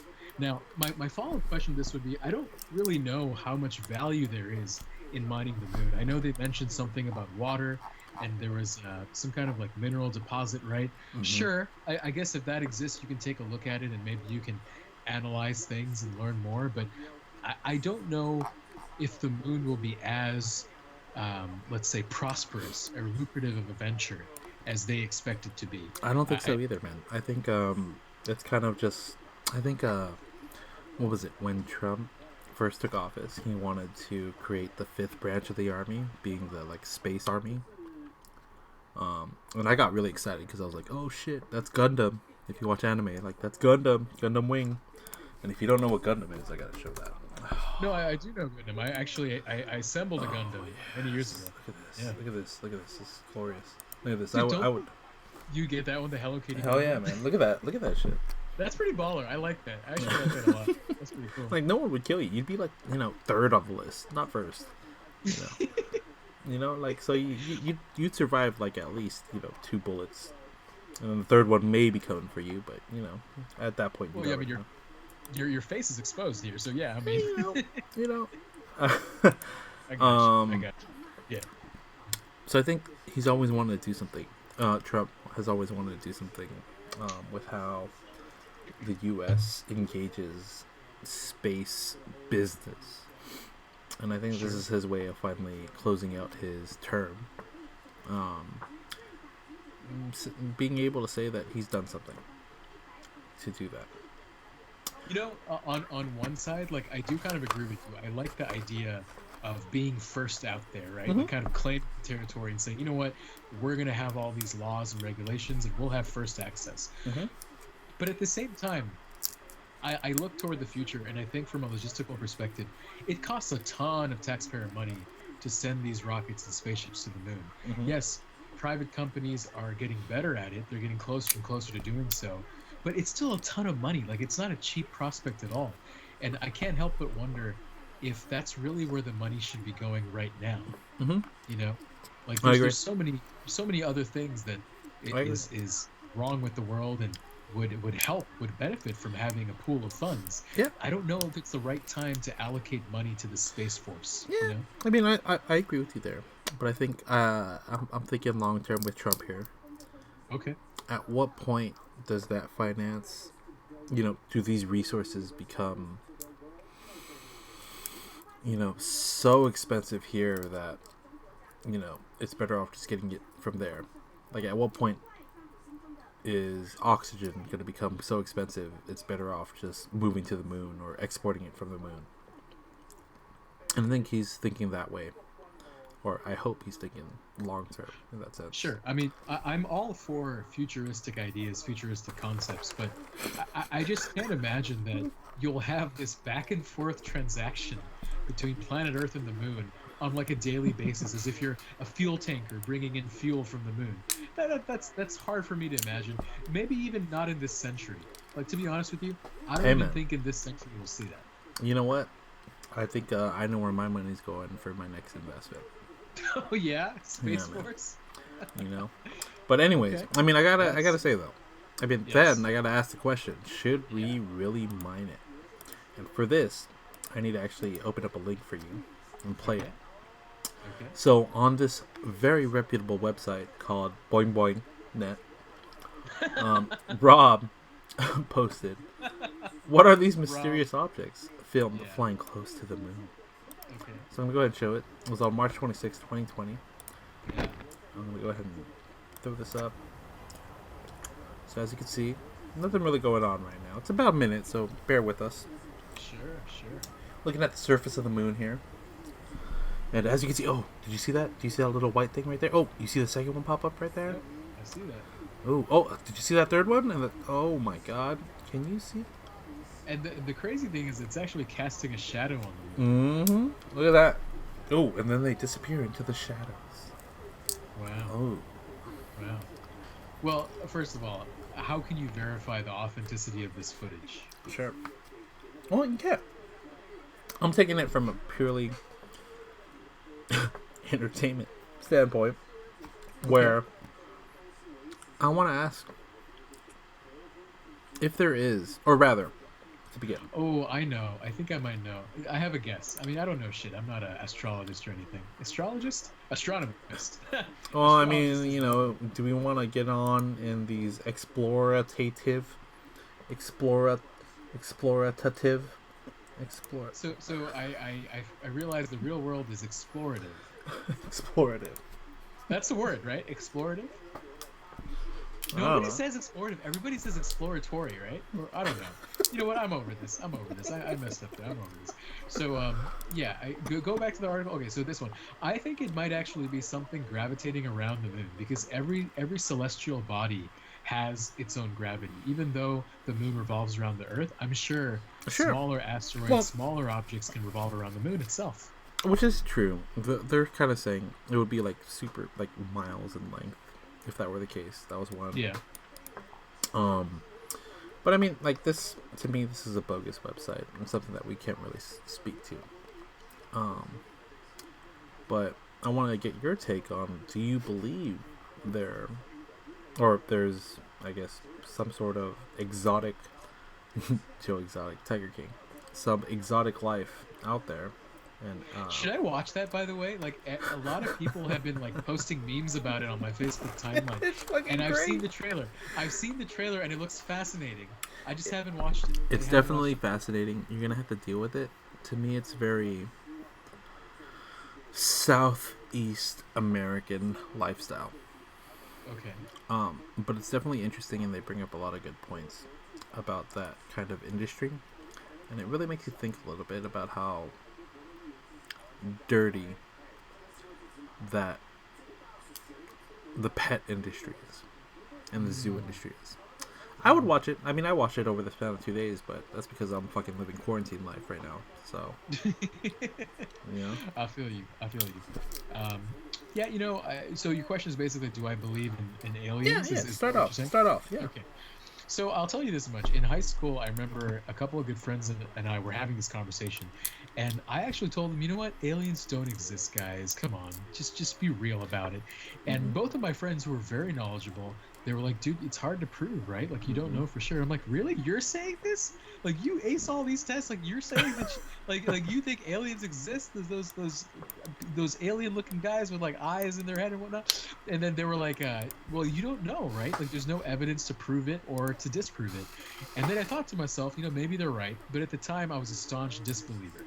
Sure. But now, not just now, but like I guess over the past 10 years or so, I think you really don't know. That's true. I mean, there's so many things that we kind of take for granted or assume to be fact because we grew up that way. Like, you know, we kind of typically we start off at least having a lot of faith in government. We think, oh, you know, it's set and structured, society set and structured in a way where people are protected and government knows best. But as you get older, you kind of realize, oh, wait a second, there's all these, you know, policies that are unfair for certain groups of people. There is corruption going on. There is gridlock going on. And at the end of the day, it's just people running the show. And it's not like there's some kind of a higher power controlling everything and guaranteeing success.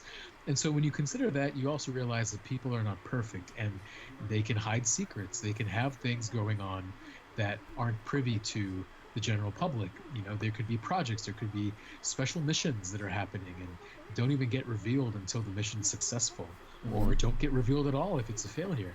And so in that kind of a perspective, could there be aliens? Could we have already made contact? Possibly. I can't really prove it either way, but I'm open to the possibility, and it wouldn't surprise me if there were aliens at this point. Sure. I just hope that it's, you know, a peaceful existence that we can have, you know, because I've seen movies, you've seen movies too, Men in Black, Independence Day, you know, Alien versus Predator, Alien for that matter, the Sure. You know, so I don't know. That's my take. I like to think they exist. I think that's cool. I mean, you're definitely down for it, and I mean, to make sure that our listeners kind of understand where we're coming from, dude. What else do you think they would be interested in knowing about you that would be a little different to what they would normally, you know, be exposed to? Do you have any about me and just particular? In general? Yeah, man. So that way our listeners can understand. You know, it is our first episode, so I think it's time that we go ahead and move past the alien talk and how we feel about aliens and this outer space life. And I mean, what makes us us? I'll tell you a little story. So, you know, back when I was in elementary school, I remember the teacher asked the whole class, "What do you want to be when you grow up?" And everybody had a different answer: doctor, scientist, you know, lawyer, whatever it may be. And you know what I said? I said superhero. Straight up. I think I was in 4th or 5th grade and old enough to know that superheroes don't exist, but I still said superhero. Sure. And people looked at me, some kids laughed. And then I remember just telling some students after, we're like, no, it's like the coolest thing. You get to help people.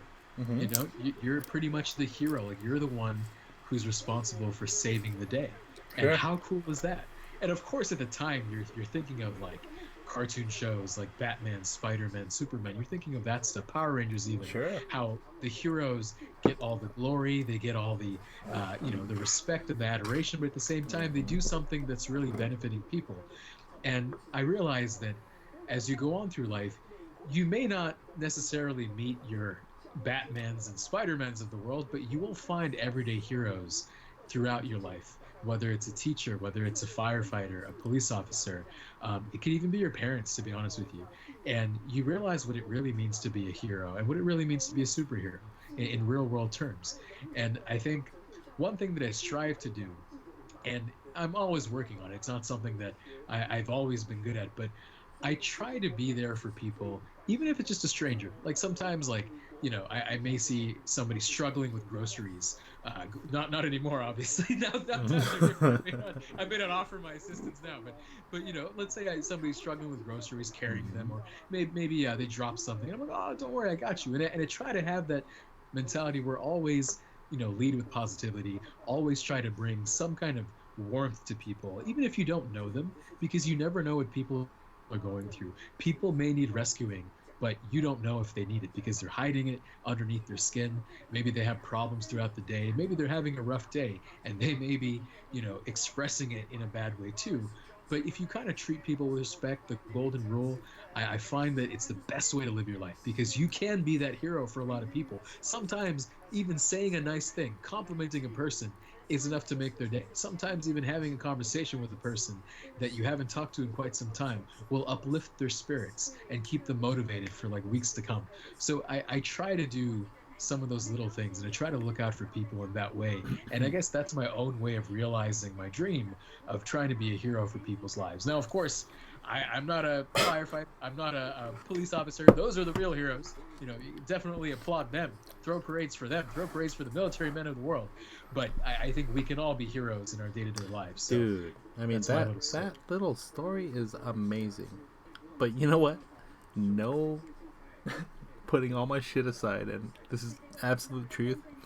I had something similar in my grade school around 4th or 5th grade, similar to your superhero story, where they had us go up in our little hall, all the students, and they, all the teachers, homeroom teachers at the time, basically had us all in the morning come up with something that you want to be kind of clapped about, admired about, what you're most proud of. So of course all the kids at the time, this is maybe when I'm like in 4th or 5th grade again, I think I was a little bit ahead of everyone, but all the kids were fucking doing that PG-13 easy shit, like, oh, basketball, oh, I'm smart, oh, I can play the guitar or play the piano. Because I was a little bit ahead of myself, I was like, I'm gonna say this word, and everyone had to write it down. So I wrote the word imagination. Right. So I remember everyone was going up, starting at kindergarten, great, and then like when like 4th, 5th grade came up, my name came up, and they're like, Don Blonai. So you stand up in front of everybody, in front of the parents, and in front of the crowd, and all the other students, and they're like, Don Blonai is really good at imagination. And I was like, oh, I don't know if I was like a fucking troll. Like, I think that was like my first true troll moment. Where even the teachers were just laughing. They're like, what the fuck? Like, this kid. Like granted, I was one of the smarter kids in the class, and I think they knew that I knew, like, this is bullshit. You guys just didn't want to teach us today or some shit like that.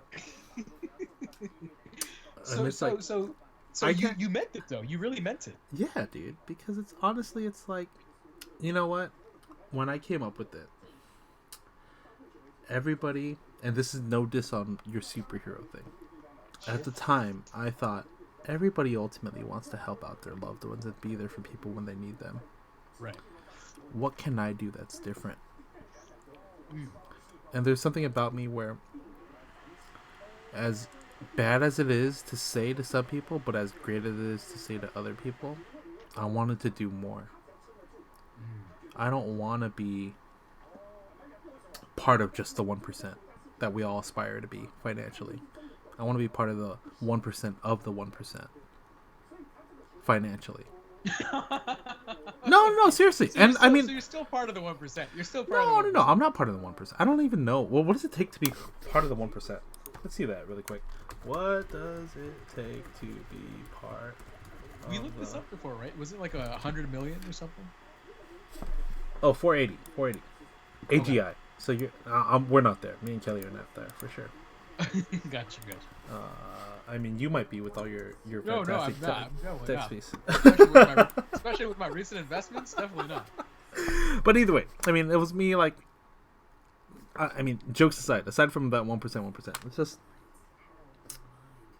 It takes a certain kind of person to realize living for yourself is not worth it. Living for others and helping them is what brings true joy in life, which is what you got. Yes. I'm the asshole where it says, fuck it, I know that already. I'm going to try to do something better. I'm going to try to beat you at that game and give you something that's even beyond that, you know? Imagination. And I still remember that. The teacher that read it out always gave me A's after that, regardless of what I did. And I think she understood that, you know, this kid has something that's a little bit different. I mean, what? Who the fuck drops out of medical school to pursue something like cooking, like me? You know, I think you and I both kind of realize what makes us happy in life, and we're lucky enough to have realized it earlier in life than later. I think I also gotta say, I think it also speaks toward your ambition. I think not only when you say imagination, a lot of what you're saying is ambition because you're striving for something that is really, really difficult to attain.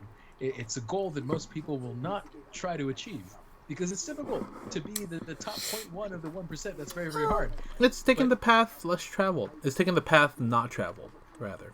Not traveled. That's right. Seriously, because it's like everybody can fucking do. I mean, there's always been a path. There's always, I think, given, you know, statistical analyses, whatever road we go in life, someone has done that before. Slightly different, but, you know, more or less the same. I think I'm trying to fucking find something that just hasn't been done before. In whatever way possible. That's actually very interesting because, you know, history always does repeat itself. Does it? And yes, it does. And also, they always say, no idea is original. Hey, but then, all right, let's build off of this. Yes. Do you believe in infinity? I believe in the mathematical concept of infinity. Well, math can be applied to all things in life. Sure. So then why has everything repeated? Is there not room for the infinity plus one sort of situation to occur that's never been done before? Well, when you say infinity, what you're basically talking about is there is no terminus. There is no terminus. Well, to there is an endless amount of supply. That's how I'm thinking of it right now in this particular case. You're thinking of abundance. Yeah, sure. Abundance. Yeah. Interesting. My perspective on your earlier question, I would say history is something that is important because it teaches us how to avoid mistakes. It teaches us how to do things a different way. Now, Goddamn Boris didn't know of that, man. Fucker kept on shaking hands and talking all over the place, man. You read about that. Yeah, exactly. Dude, he was so damn proud. Like, I shake hands all the time. I shook hands. There are probably 20 people with coronavirus there. I shook all their hands. Well, I mean, for all our fans, I play dumb, but I kind of know what I'm talking about. Every now and then, I just choose not to. Again, imagination. He's imagining himself to basically be less intellectual than he really is, which is an interesting choice. Counterintuitive. Paving the road that hasn't been paved before. Paving the paveless road. I like it. Don's just on another level. Literally, figuratively, mentally, emotionally, imaginatively, exploratively, just everything. Just everything combined. You know, I believe that you could have slight deviations from the past. And I'm talking, of course, from a macro perspective. Like, you look at a guy like, let's say, a Kanye West, right? Shoot for the star. I know, it's easy to talk about him. He's kind of a Renaissance man, so to speak. Why is that? Because he does music, he produces and raps, he does fashion, he is trying to build communities, he's trying to do church services now. He's trying to do a little bit of everything, and he doesn't want to be boxed in as one individual character. Well, you look back and you look at a guy like Leonardo da Vinci. he was also a Renaissance man. He embodied the Renaissance, and he did everything. You remember? He basically was an engineer, an artist, designer, just just everything you could think of, a cook, a chef, whatever it is. And so I think people like that exist from lifetime to lifetime to lifetime. Different generations will always have super influential people, James Franco included, that are basically multi-talented and are able to contribute in multiple forms. Like even Childish Gambino, right? Donald Glover. Yeah, Look at him. He was great as Troy. I loved him as Troy. Troy and Ovid in the morning. That's right. Annoying but catchy at the same time, and a little bit adorable too. And we'll work on that for next time. So I look at a guy like Childish Gambino, who's actually a decent rapper. I like a lot of his music, to be honest with you. And he's an actor as well. He does the show Atlanta. Mm-hmm. And a really talented writer, comedian, just everything. And you may think, oh wow, that's so cool how he can find all these outlets to do everything, right? And I think Kanye tries to do the same. I think Da Vinci's tried to do the same. James Franco as well. And you're always going to find people who are very entrepreneurial, take advantage of every single networking connection they have, every single bit of affluence that they have to gain more wealth or to gain more notoriety, whatever it may be. So I look at it in that fashion too. And also in terms of technology is something that will always improve. I believe so. So if you want to talk about infinity, I think infinity doesn't fully apply here, but in the sense that technology today was not around at all in Da Vinci's time, you can definitely say that.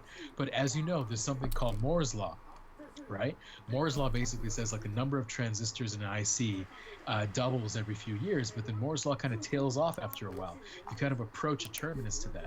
Like it plateaus unless the technology makes a huge shift. Like say you find vibranium in Africa and that allows you to make like some new semiconductor that's like super fast, super low power and everything.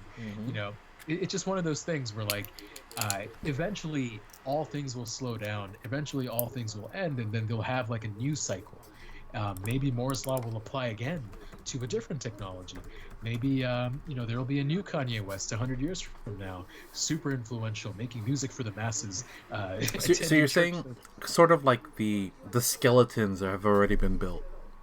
Yeah, like there's nothing supremely original. Sure. At least it's kind of like how movies and stories nowadays follow not Hamilton. What's that? Shakespeare's sort of writings, or there's types of stories. Yeah, there's archetypes, right? Archetypes are common. Exactly. I get it, but then I think that's no. Here's the thing, though. Let me just add this. Me saying that is kind of an antithesis to you. I feel like for somebody like yourself who prides himself in being like an imaginative character. Hey, it's been stated by other people. Okay, I have that. Right. That's in my mind. Right. Someone else called me that, and I got applauded for it. You did. Imagination. Straight A's afterward from that teacher. No, I got from that teacher, yeah. Others did not have it, but yeah. Gotcha. I think for somebody like yourself, and honestly, I'm kind of playing a little bit of devil's advocate here. I do like to think that we will reach potential that is break the mold. Break the mold, so to speak, and also invent new ways of doing things, or even find new resources, find new technologies, find new ways, innovative ways to do business, to socially interact, to whatever, right? All these things will happen in the future, but I think a lot of the tropes in society, a lot of the common motives and themes, we've seen it before time and time again. Well, that's exactly it right there. You said common. So then what does it take to become uncommon? Does everything become common? Well, it's all about relativity, right? So for something to be uncommon, then yes, it has to stand out from everything else. And I guess that's one of your goals, right? But then you're saying, though, that even things that I would proclaim and you and I would proclaim to be uncommon would still follow past common themes. Yes, okay. Exactly. Because sometimes It's like we may find something that's new and innovative, and yes, to some extent it is. Maybe there is some kind of, rhythm of music, or maybe some kind of technology or video effect or whatever that's never quite been done before. But I'm kind of looking at it from the overall perspective. Like, what's the economic impact of it? What's the moral effect of it? Is it morally ambiguous or not? Is this something people can get behind? Is this something that will, maintain an influence for years to come? Is this something that will be a trend? I kind of look at it in that way. Like, yes, the individual details will be new and refreshing and never seen before, but in the long term, big picture view, I think more or less everything's been done before, and we're just kind of repeating different facets of life. You know what, man? When I think about that, you're a hater. That's all it is, man. You're just a hater. You have to step out of your comfort zone, man, and I think when it comes to it, I don't like China. My wife just said she does not like China, by the way. I heard that. I gotta say.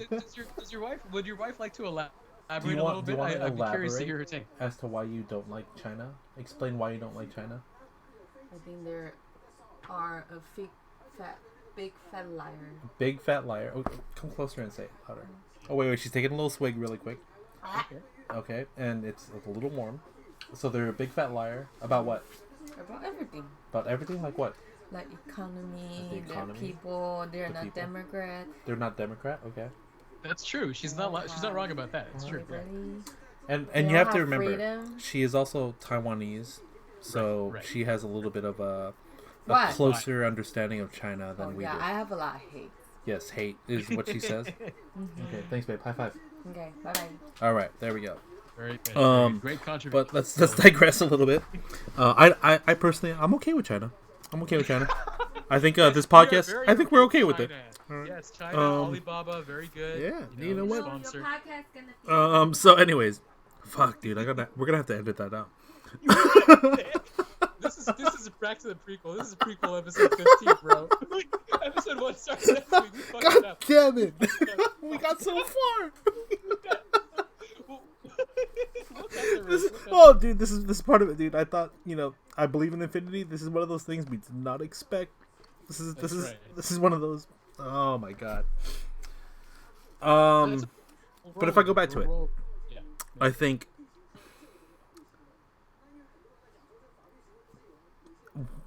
there are archetypes that are common across all actions.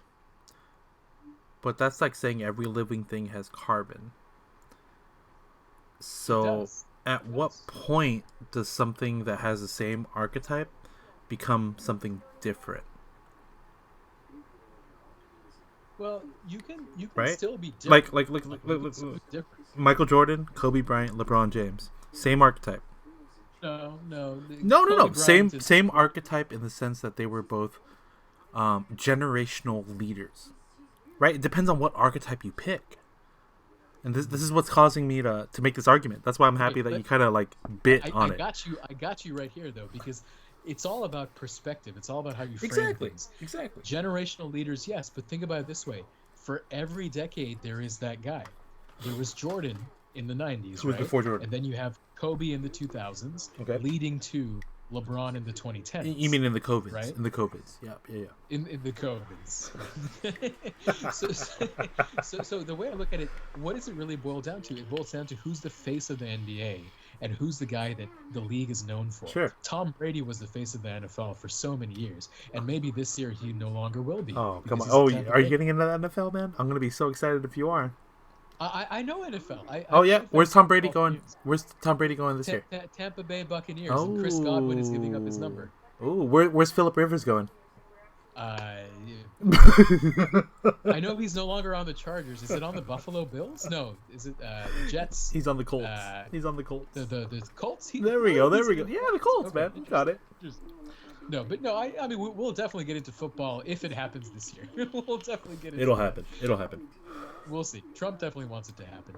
But no, I mean, I tend to look at things in a different way, just to try to have different perspectives, right? So Jordan was to the 90s as Kobe was to the 2000s, but it's not just them. Like, we like to think that they are the only person driving the NBA, generational talent, but wouldn't you say Shaq was a generational talent? Well, I would say, Ryan Kelly was a generational talent. I think Smush Parker, definitely underrated, all-star. Who else was there? Kwame Brown. Oh, Chris Mim, dude. Look at him, dude. The NBA, like the he still works for the Lakers. He has never left the Lakers. Wait, did Chris Mim doesn't really? What? Yeah, I thought he was an assistant coach for a while when Luke Walton was there. He probably moved up to Sacramento with that bum, Luke Walton. With that bum. Now you're talking like me. Hey man. Hey, what do you think of Luke Walton? I didn't know what to make of him, to be honest with you, because I thought he was that much of a bum, dude. I get it. It's all right. Well, sure. Let's go with that. Sure. I think you and I can go back and forth always because we have pride. We have too much pride to back down from our initial thoughts. But the thing is, Don, like, I like to agree with you though. Like, it's not like I'm saying you're wrong. No, and I'm not saying you're wrong either. It's just one of those. It's a matter of perspective, right? It's a matter of perspective. I think what we're doing is basically we're defending the stance that we took initially. Yeah. And it's like, I ain't backing down. You're more wrong than I am. We're both right, but I'm a little bit more right than you. Yeah, I hear you. I think that's what's great about this podcast, man. It's entertaining. You have two. I'll say it. You have at least one dummy that's willing to extrapolate, or no, is it exploratively look at the arguments, and another one that's imaginative. You're gonna have one that drinks constantly. And I think it's good. I mean, and then again, just for all those people, so that we don't have to talk about this anymore unless it comes up. Arjun and I met when we were in college. My ass had a job, and one of my jobs was to do events for people like Arjun who came into the community. I didn't take my job seriously, but I took seriously the people that lived in the same location as I did. And couldn't be prouder of how this guy turned out. I don't know how the fuck, 50 other people turned out? But I've kept in touch with you. I'm trying to think of anybody else. What about Jan? Did you keep in touch with Jan? No, I don't keep in touch with Jan. I don't keep in touch with anyone. Melly? Remember? No. She ratted me out on my coffee maker. And at that point I was like, Nah, fuck you. You're such a rat. Like, you're gonna rat me out on a coffee maker knowing that I was doing 20 plus units every quarter, and fuck that. Wow, how not cool of her. How uncool. Yeah. And then at the end she's like, you're most likely to be RA. I'm like, yeah, fuck you too. Did she do that, by the way? I remember she nominated me to be an RA and you should attend some meeting. I think you should. I was. What I fucked up with during the RA interview, I should have had it. Yeah. But then I got a phone call during the RA meeting or the RA interview, and I took it because that's how much of a caring person I was. Seriously, dude. It was like my buddy's like, "Hey, I'm lost. How do I get here?" And I'm like, "Hey, dude, you go this way, this way, this way." And then during the meeting, they're like, you shouldn't be doing that. I'm like, oh, hit. I was like, oh, you guys are taking this serious. Okay. But then I got a management position, and I was like, yeah, well, that's kind of where I belong. More so than, can you imagine if I was the RA, how fucked up my residents would have been? They would have had they would have had fun. They would have had fun for sure, and I think you would have been probably the most fun RA ever. Yeah, but what would that mean for the people that were managing me? You know what I mean? I think you'd have quite the reputation, and they'd probably assign extra kids to go over to your hall just to make sure that everything's okay, and interview us, floor by floor. Hey, are you sure? You guys are being taken care of. Doors are locked, right? You guys are good. The doors are locked, and you see both doors are flapping open.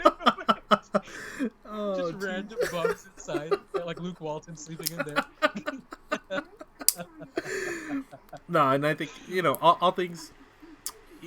Regardless, we met in college. So proud of this dude. He became much smarter than me. A much better version of I could ever think of. Um, how did we get back in touch, man? I don't even remember. That's actually something worth exploring, probably for multiple podcasts. But one thing that I will say, freshman year, Don was probably somebody that helped me out a lot in terms of just being there. Just being a good friend. And it's weird to say because he was on the first floor, I was on the third. Oh yeah. I would have to seek him out. He was kind of elusive at times. Hell yeah. I was outside smoking cigarettes, hiding from everyone. That's right. And but I appreciated that for the most part, especially in that first quarter, maybe first couple quarters, he would always make time. He would always find some time out of his super busy 20 credit schedule. Yeah, dude. Hey, dude, I got to kid you not. Look it up on my UCI fucking transcripts. There was one quarter during my sophomore year, that I did 32 units. Jesus Christ. Yeah, dude. Yeah, while working that stupid job. By stupid job, I mean like doing the shit outside of like hanging out with freshmen and giving them a good time and teaching them shit. Right. Yeah, like that. How did you manage, man? 32? What the hell, dude? That's why I was able to start a master's. Sorry, acid reflux. Dude, we gotta get that checked out, bro. We gotta. Dude, this is why physical, I was able to start a master's program before even having a bachelor's. That's like, it's part of the things that like we'll talk about it in the future, built up to the demise of me just throwing in the towel and accepting who I was and what I wanted to do, rather than trying to be something that I know I could do but I didn't want to do. But I did it, and hence the reason why fucking Melly wrote me up for a damn fucking coffee maker in my damn room. Piece of shit. Well, you know what? Now in hindsight, it's a wonderful, funny story to tell. I'm sure the audience loves it. Our audience is eating this up right now. Our audience that consists of people who may not be moving into their dorms this summer. They're just envisioning, wow, yeah, I hope I don't get a belly. Oh, dude, poor people. No, I hope they get a belly, because then that means they'll get a Don that doesn't give a shit. Like, oh, you guys are doing that? All right, I didn't fucking see that. I'm going back downstairs. Fuck you guys. You were like the fun uncle in a way. Basically, dude. I was like the father-in-law that was like, I didn't see it. I didn't see it. No, go away, dude. Fuck it. Hey, give me 5 minutes. I'm getting out of here. You were fantastic. You helped out a lot more people than you think, actually. And I remember just talking to a bunch of people in the dorms that year.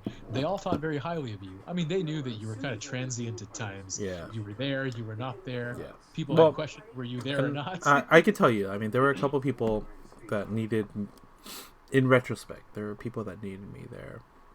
Where I had conversations with them on the side that I think I helped them out drastically from making some big mistakes in their life. And I'm happy to have been at that Mesa Court residence when, throughout that year. Even though I was fucking like, what the fuck do these kids want? God damn it. Like, I'm trying to fucking live my life. Like... But there were times where I was like, oh shit, like, these fools look up to me. Oh shit, I probably shouldn't be smoking weed down here. Oh shit, I shouldn't be smoking a cigarette in front of them. Fuck it, let's go break the rules. There were a couple times I broke the rules with you guys, and I was like, if I weren't there, you guys would have gotten written up or whatever. And I was like, yeah, fuck it, whatever. Oh, I'm sorry, I didn't know. I'm sorry. Oh, okay, we'll pack it up. We'll get out of here. Right now, I don't know if you were there when we were like fucking smoking a hookah outside, like right in front of everyone. I remember joining you guys one time at the tables when you guys were doing it. I don't know if you were there particularly, but I remember the group was there from the third floor. Yeah, man. I forget, but I'm sure you've done it multiple times. Oh, yeah. Got away with it. Yeah, some of the RAs would come around and be like, Don, what the fuck you... Oh, I'm not here. What? Oh. Oh, you mean this is a no-no? Oh, you mean this is on the list of things we were... all right, we're going to wait for the coals to die down, and then we'll get out of here, all right? A fire hazard. Yeah. Fire hazard. Eco-friendly. There you go. But no, I mean, I think it's a testament to your character, because even though you said imagination in your 4th or 5th grade class, in some ways you were also a superhero. And you didn't just know it. You didn't know it in the moment, but you didn't know that you would be helping out so many people and preventing them from making severe mistakes, maybe messing up their freshman year, and sometimes you would join us in the libations, in the festivities, to make sure that, you know what, at least they're doing it with you, and you're somebody who's mature, who's responsible. You'll keep an eye on things, and in case something happens, you'll kind of you'll cover for them. So you were a good person, and I think through and through, you were a very imaginative superhero. That's how I describe you for this podcast. Sure thing, man. And one of these days, what we'll do in future episodes is we'll bring some of my freshman year compadres that I lived with, and I will break everything that you just said, saying that I was responsible and shit like that, because I was the most irresponsible person in my dorm my freshman year. I believe you. I believe you. Like, we'll bring B-Rad on, and he'll just break everything. He'll be like, oh, yeah, Don was a piece of shit. Dude, I can't wait for that episode, by the way. Like, I just remember, and we'll kind of tease the fans with this. I remember that one time, the very first time when you, me, and B-Rad were at my Harvard Court apartment, it was kind of a surreal moment for me because I had met B-Rad in a completely separate fashion. Sure. In the way you've met B-Rad. Mm-hmm. And then, of course, I know you from my freshman year. Yeah. And then it was like watching worlds collide, but worlds that were already collided to begin with. And there was so much chemistry there and banter. The banter was just amazing. Like, B-Rad just jawing at you, like just talking shit in a way, and you kind of like going back. And I think somebody else might have been in the room too. Tony Dawson, maybe. Yep. No, and that's another person I wanted to bring up because Tony's finishing up his PhD right now. Oh, wow. And I told him, I'm like, hey, I want you to fucking, once you're done with your shit, to jump on this podcast with me and Arjun, because I think you would round us out, because stylistically he's on your side, but he knows me a little bit closer and a little bit differently than the way that you know me. I like it. Yeah, man. Yeah, that might be kind of cool, because I think as long as like we bring on a guest that one of us knows, I think the other person can be like the inquisitor. Mm-hmm. You can be like the question guy, or when Tony comes on, I'll be like the question person, try to set you guys up a little bit. No, I think honestly, if I'm gonna say it, Tony is like the perfect hybrid of you and I. Really? Wow. Yeah, man. Because I don't give a fuck about breaking the law and shit like that, but I'm pretty sure you do.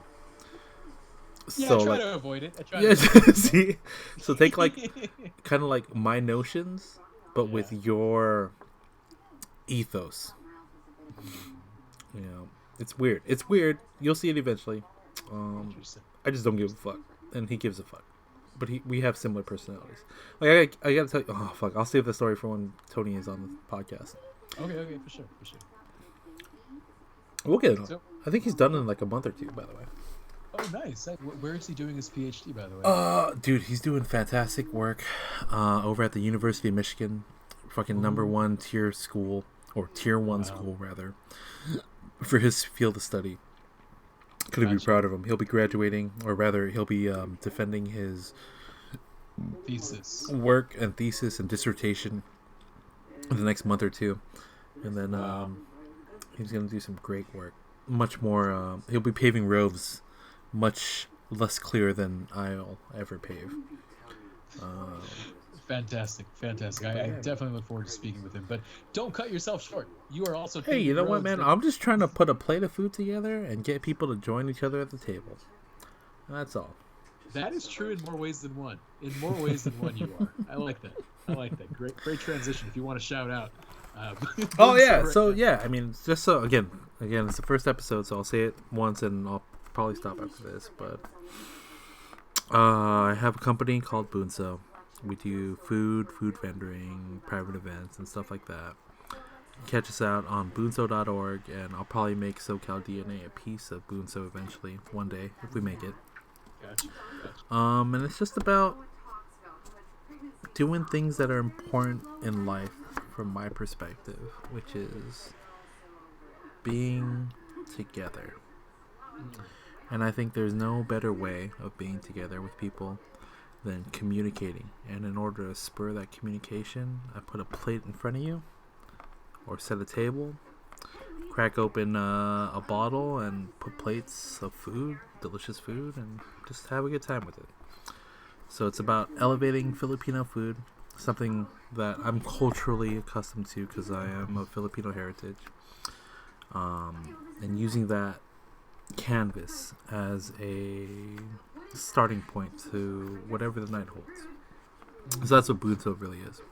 And it's also, because Bunso means the youngest in the family, It means youngest in the family, and it means to just break all the rules. We're the ones that are usually kind of what do you call it? The one that's spoiled, right? Youngest kid in the family is usually spoiled, or only child is usually spoiled. So bunso means that in Filipino or Tagalog. So I take that and run with it because I definitely break all the rules when it comes to food and Filipino food in particular. But we'll talk about that in the future, and maybe one day we'll do an event. If we grow big enough, I'll fucking do a big ass event and do like 200-300 plates and cry myself to sleep that night. We'll see. Looking forward to that, man. I think bigger days are definitely coming for Bunso. And you said it really well. You do set the table in more ways than one. You set the table for your fans, for your audience, for your customers, and for your family as well. I know you're doing a lot of things behind the scenes, trying to make big things happen this year, and I think your efforts will be recognized for sure. We'll see. Trying to stay humble and imaginative in an explorative way. Perfect. There you go. And with that, this is DNA signing off. Until next time, my friends. Take care. Peace. All right. Not bad. Stop recording right there. Pretty good. Oh, wow. Look at that. Look at that. Yeah.